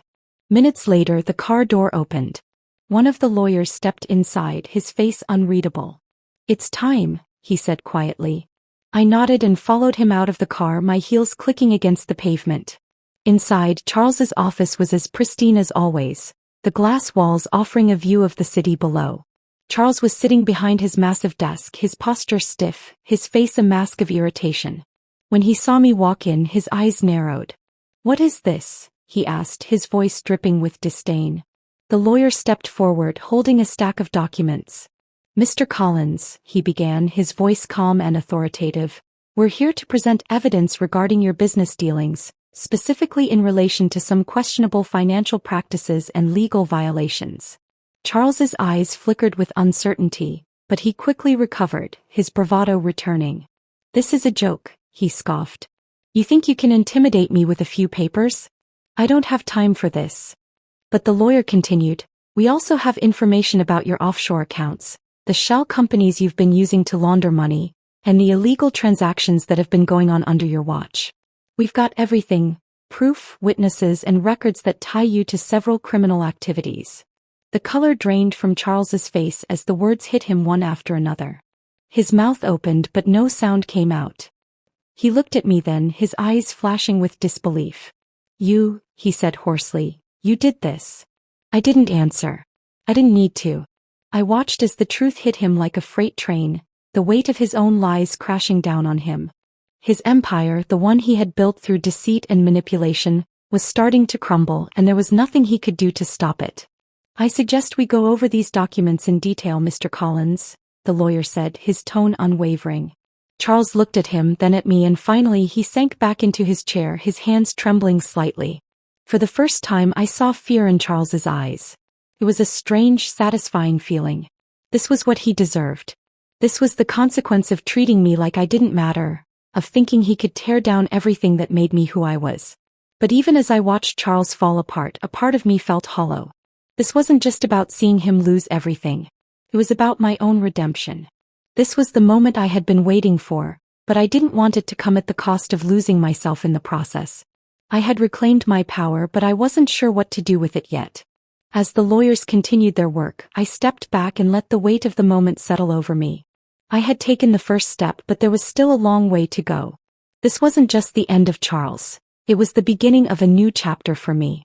A chapter where I would no longer be the passive one. A chapter where I would stand tall, no longer defined by anyone else's standards. I stood in the corner of Charles's sleek, glass-walled office, my hands shaking slightly as I watched the scene unfold in front of me. I could barely contain the excitement and the nerves that had been building up for weeks. This was it, the moment I had been waiting for. Charles was no longer in control. His empire, built on arrogance and manipulation, was crumbling piece by piece right in front of him. The legal team had already laid out their case. The documents, the evidence, the phone calls, they had everything. But it wasn't just about the paperwork anymore. It was about proving that I wasn't some insignificant woman from nowhere. I wasn't the person Charles had tried to make me feel like. I had a legacy, a powerful one, and it was time for him to understand that. I watched as Charles, his face slowly turning from shock to disbelief, flipped through the pages of the legal documents in front of him. His hands trembled, the arrogance he'd worn so confidently like a cloak for years slipping away with every new piece of evidence presented. I could see the confusion in his eyes, the realization that he was completely out of his depth. This wasn't something he could buy his way out of. This wasn't something his charm or money could fix. For a moment, I felt a strange surge of satisfaction, but it was quickly replaced by a dull ache deep inside me. This wasn't just about making him pay for the things he'd done to me. It was about showing myself that I had the strength to stand up for what was mine. But the price of this power, the toll it had taken on me emotionally, wasn't lost on me. As the lawyers continued their work, I found my thoughts drifting to the man who had orchestrated all of this. My father, Robert. He was the one pulling the strings from behind the scenes, the one whose influence had made this entire operation possible. I had never imagined that the quiet, stoic figure I had always known as my father was actually a man with such a vast empire, someone who had connections and power beyond anything I had ever fathomed. It wasn't just his wealth that had shocked me. It was the fact that he had been watching over me all these years, making sure I was never truly alone. He had seen the way Charles had treated me, and he had known that it would take more than just words to make things right. He knew that the only way to bring me justice was to hit Charles where it hurt the most. His wealth, his reputation, and his power. And now he was doing just that. But still there was something unsettling about it. The fact that my father had been silently watching me from the shadows, letting me deal with the emotional scars that Charles had left, made me question everything. Had he been waiting for this moment? Had he known that Charles would cross a line that would finally make him act? Or was this simply how my father operated? Always a step ahead, never letting anyone see his true intentions? The more I thought about it, the more I realized that this wasn't just about me. It wasn't just about revenge for the insults, the humiliations, or even the years of feeling powerless. It was about something bigger. About the forces that shaped my life without me even realizing it. I wasn't just Sarah anymore. I was part of something that had been building for years, something much larger than my small world with Charles. The door to the office swung open suddenly, and I turned to see two more lawyers entering the room, their faces unreadable. They were followed by one of my father's trusted men, Agent Wallace. His eyes locked with mine for a split second before he turned to Charles, who was still fumbling with the papers in front of him. Mr. Collins, Wallace's voice was calm, but there was a firmness to it that made Charles freeze. It's clear that you've tried to conceal a lot of things from the public and the authorities. Your actions have been under investigation for quite some time, and now the full extent of your illegal dealings is exposed. Charles looked at Wallace, his face paling even further. His mouth opened but no words came out. He looked like a man who had just realized he was drowning in a sea of his own making. For once I saw him as weak. A man who had spent so long pretending to be untouchable that he had forgotten that the higher you climb, the harder you fall. Wallace continued, "You've been served with a court order to freeze your assets. All accounts, properties, and investments will be reviewed. If any of these are found to be involved in illegal activities, they will be seized and further legal action will be taken." Charles's eyes flickered to me as if he was trying to make sense of what was happening. I stood still, not saying a word, my gaze steady on him. He had humiliated me once, but now the tables had turned. He had no idea what it felt like to be on the receiving end of this kind of power. For a moment he seemed to gather himself. "You can't do this," he said, his voice shaky but filled with an underlying defiance. "You think you can just take everything from me because of a few accusations? You have nothing." But Wallace wasn't fazed. "We have everything we need, Mr. Collins. Your empire is built on lies. The truth has a way of coming out, and you're learning that now." As Charles sat there, his face contorting with anger and fear, I felt a strange sense of release. This was the justice I had wanted, the moment I had longed for. And yet there was a part of me that felt hollow. Watching him unravel didn't bring me the satisfaction I had imagined. It didn't erase the years of pain, the feeling of being small and worthless. But it did give me something far more valuable, a sense of closure. This wasn't just about tearing Charles down. It was about understanding that I was no longer bound by the fear and hurt he had inflicted. I wasn't the woman who had quietly accepted the insults and abuses. I had power now, not just from my father's influence, but from the realization that I was capable of more than I had ever thought. As the legal team worked to seal the documents and prepare for the next steps, I took a deep breath, knowing that this was only the beginning. I wasn't just reclaiming what had been taken from me. I was building something new, something of my own. Charles was broken and there was nothing left for him to cling to. But for me, this was the start of something different. The woman who had once been too afraid to speak up, too afraid to stand her ground, was finally free. And I couldn't wait to see where this new path would take me. I watched as Charles's face shifted from disbelief to panic, his usually confident demeanor slipping away with every word the lawyers spoke. The air in the room felt thick, suffocating even, and every inch of me wanted to scream. Not with rage, but with satisfaction, with vindication. This was the moment I had been waiting for. The moment when everything he had taken from me would come crashing down, and there was no escape for him. But still, despite everything, I couldn't help but feel a strange, uneasy calm settling over me. Was this really justice? Was this really what I wanted? To see the man I had loved, the man I had trusted, reduced to nothing? My heart fluttered with a mix of exhilaration and guilt. There was a part of me that didn't want him to break entirely. But then I remembered his words, the way he had mocked me, my family, everything I stood for. He deserved this. He had to. I stood still in the background, trying to blend into the shadows of the office, watching him slowly sink into his chair, his eyes darting nervously around the room as the weight of the documents, of the reality he couldn't escape, settled in. The lawyers were methodical, each one presenting their findings with unwavering calmness, as though they were merely stating facts. But these facts, these truths were his downfall, and he knew it. "Mr. Collins," one of the lawyers began, his voice unwavering, "we have documents that trace your offshore accounts, the illegal transactions you've conducted under false names, and several fraudulent deals that have been funneled through your business. We also have corroborating evidence from former associates, some of whom are willing to testify against you." Charles stiffened at the mention of witnesses. His mouth opened, but no words came out. His gaze flickered to me once more, then back to the lawyers who were laying the trap he had built for himself. The walls were closing in on him. I could see it in his eyes, his mind was racing, trying to figure out a way out of this. But there was no escape. Not this time. "You're making a mistake," Charles finally said, his voice shaking but trying to mask the panic. "This is all fabricated. You can't just—" "It's not fabricated, Mr. Collins," the lawyer interrupted. "We've already checked everything. Your signature, the dates, the transactions, all of it matches perfectly with the financial records we've obtained." He looked at me again, this time with a deeper sense of dread. "You knew," he whispered, his voice barely audible. "You planned this with your father, didn't you? This was all you." There was a brief flash of recognition, a flicker of realization in his eyes.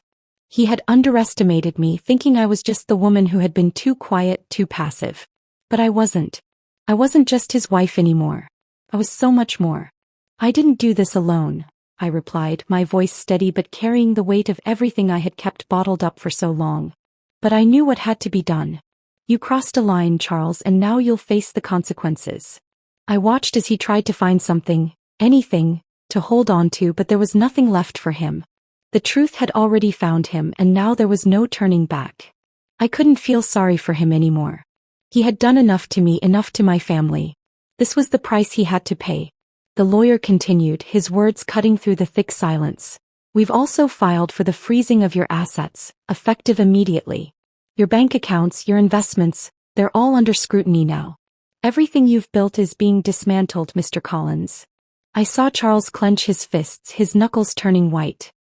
His breath came faster now, and I could hear the desperation in his voice as he stammered. "This isn't over.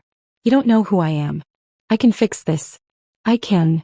But his voice trailed off as the lawyer handed him another stack of papers. Charles took them, his hand shaking. He scanned through them, his eyes growing wider with each page he turned. Finally he looked up, defeated. "What do you want from me?" he asked, his voice breaking. "I'll pay, okay? I'll give you everything. Just don't destroy me." I stood there, frozen in place, a deep, almost suffocating silence filling the room. I should have felt victorious. I should have felt like this was the moment of my triumph, my justice. But instead a strange emptiness gnawed at me. Was this really what I wanted? To break him completely? To reduce him to nothing? I realized then that it wasn't about destroying him. It wasn't about making him feel the way he had made me feel. It was about reclaiming my own power, my own self-worth. I had let him define me for too long, letting his insults and arrogance chip away at my confidence. But this wasn't about revenge. This was about taking back control of my life. Charles, I said, my voice softer than I expected, this isn't just about you. It's about me. About what you did to me, to my family. I'm done being your punching bag. I'm done being the person you thought you could walk all over. You're right. You can't fix this. It's too late. I could see the change in him as the realization hit him, his shoulders slumping in defeat. The man who had once been so confident, so sure of his power, was now nothing more than a shell of the person he used to be. It was heartbreaking in a way. But it wasn't enough for me to feel any sympathy. It wasn't enough for me to want to help him. His empire had been built on lies and manipulation, and now it was falling apart. His wealth, his influence, the control he had used to belittle me, it was all slipping through his fingers like sand. And it was all because he thought I was weak. He thought I was just some woman to be ignored and pushed around. But he was wrong. As the lawyers continued their work, Charles finally stood up, his face flushed with anger and frustration. He pointed a trembling finger at me. You haven't won. You don't know what I can do. You think you're safe, but you're not. I'll make sure you regret this. I took a step forward, not backing down. You can try, Charles. But it's over. You're finished. The lawyers finished their work and stood ready to leave. I could feel the weight of everything that had happened pressing down on me. This was the end of one chapter and the beginning of another. I didn't know what would come next, but I knew one thing for sure. I was free. Finally, truly free. As the final documents were signed and the weight of his fate pressed upon him, Charles sat in silence. The room was heavy with the aftermath of his crumbling empire, but I couldn't bring myself to feel anything for him.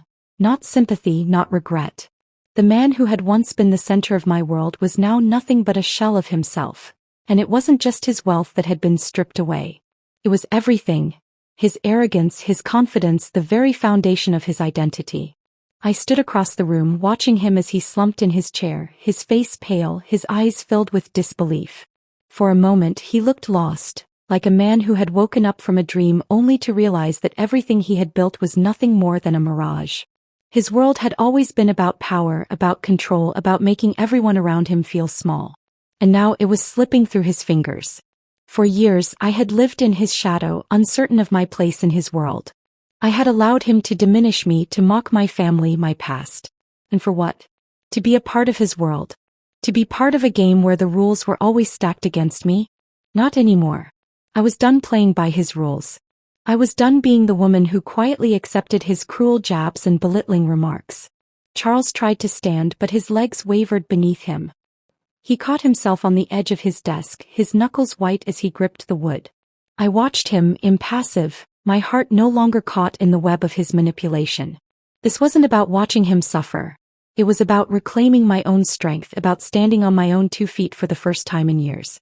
Sarah, please, Charles whispered, his voice barely audible, almost pleading. I didn't mean it. I was wrong. I was just angry. You know how I get. His words were desperate, his pride crumbling like the empire he had so carefully constructed. I didn't answer him immediately. Instead, I watched him squirm, the man who had once held such power over me reduced to nothing more than a broken man clinging to whatever shred of dignity he had left.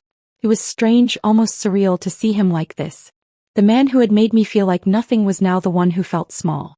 The roles had reversed, and for once, it was clear who held the power. You never understood me, Charles, I finally said, my voice steady but carrying a weight I had never allowed myself to express before. You always thought I was just someone to be controlled, someone to be used. You never saw me for who I truly am. And now you're paying the price for that. He flinched at my words, his eyes flickering with a mix of anger and shame. I could see him struggling to find the words to salvage the situation, to beg for forgiveness. But the truth had already settled between us like an unspoken barrier. The damage was done, and no amount of begging could undo the years of torment, of belittlement, of being treated like I was less than him. I don't want your apology, I said, my voice firm. I want you to face the consequences of your actions. You've been given every opportunity to do the right thing, but you chose to hurt people. And now you're going to have to live with that. Charles looked at me, his eyes searching mine as though he was waiting for some kind of sign, some indication that I would take pity on him. But I wasn't that person anymore. I wasn't the woman who would silently endure his cruelty. I wasn't the woman who would keep forgiving him just because he smiled and said the right words when he needed something from me. No, this was different. This time I was the one who held the power. This time I was the one who was in control of my own destiny. Don't you get it, Charles? I asked quietly, taking a step closer to him. You ruined everything. Not just for me but for yourself. You thought you could control me, control everyone around you, but in the end you were just running from the truth. And now it's caught up with you. His shoulders sagged in defeat, and for the first time I saw the man who had once been so confident, so full of pride, become just another human being, vulnerable and broken. I realized then that this wasn't about revenge. It wasn't about getting back at him for all the ways he had hurt me. It was about recognizing my own strength, my own worth. This was my moment to stand tall and say, I'm not going to let you hurt me anymore. The silence between us was deafening as I stood there, watching the man who had once made me feel so small now reduced to a shadow of his former self. I didn't feel angry. I didn't feel vengeful. I felt liberated. It was like a weight had been lifted off my shoulders, a burden I hadn't even realized I had been carrying. Finally, after what felt like an eternity, Charles spoke again, his voice quieter now, almost resigned. What happens now, Sarah? I paused for a moment, considering his question. What did happen now? What was next for me? The truth was I didn't know. I didn't know what the future held, but for the first time I felt like I had the power to shape it. I wasn't just a victim anymore. I wasn't someone who had to accept the life I had been given. I was someone who could choose. And that made all the difference. What happens now, I said slowly, is that I walk away from all of this. I'm leaving you behind, Charles. I'm moving on. He didn't respond, just sat there, his face pale, his hands trembling slightly. I could see the fight drain out of him, the last of his pride withering away. And I realized that I wasn't just walking away from him. I was walking away from a version of myself that had allowed this to happen. I was walking away from the woman who had been afraid to speak up, afraid to stand up for herself. And I was stepping into a new version of me, one who was strong, independent, and no longer afraid. With one last glance at the man who had once been my world, I turned and walked out of the room, my footsteps steady and sure.